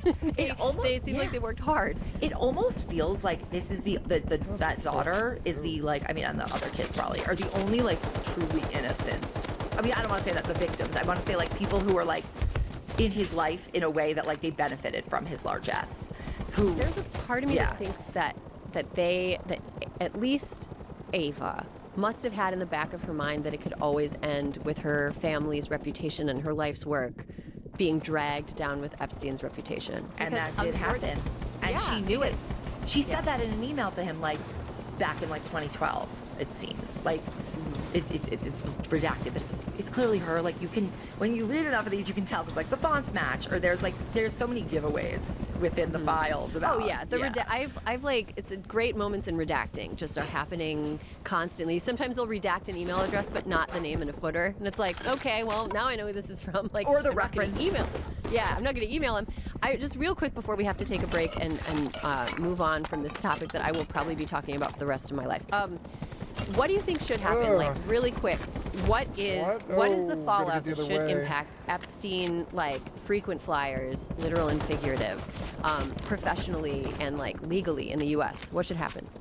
I don't think that anyone who has, like, a clear, demonstrable relationship with him that isn't, like, pretty much explained by, you know, oh, we kind of cross paths, or, you know, you're in there because you're in an attachment, like, that, you should not be in a position of public trust.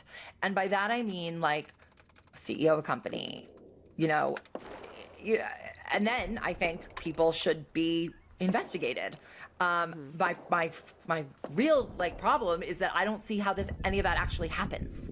Like, how does that happen? But in theory, in a working system, like, none of these people should be in, like, public positions. They should all be looked at thoroughly. I don't think they should be getting, like, government contracts. They should probably not be sitting on boards. Or, you know what? Any company can put whoever the fuck they want on the board, but, like, you know, that should be a scarlet letter or scarlet E. And I think what it is going to end up being is that we will have a bunch of scarlet E's on people until this broader political system experiences some reform, and or the people die off and it becomes so, like, just societally unacceptable, where like when we're in 20 years, like, we're not gonna accept anyone who is, like, involved in this, like, no matter what. So but, you know, who knows if that will dovetail with there being, like, an actual consequence. I just don't see how you have a consequence when, I mean, maybe state laws? I think that this is why cancel culture existed in the first place, because the law didn't actually protect people or punish people that deserved punishment. And I think that this is, like, a really good example of us, of like, an opportunity for people to take advantage of the fact that, okay, wrong was done. How can we rectify wrong in, like, systemically, so that people don't have to, like, take it into their own hands and like, apply it in this, like, court of public opinion haphazard kind of way. I think there should be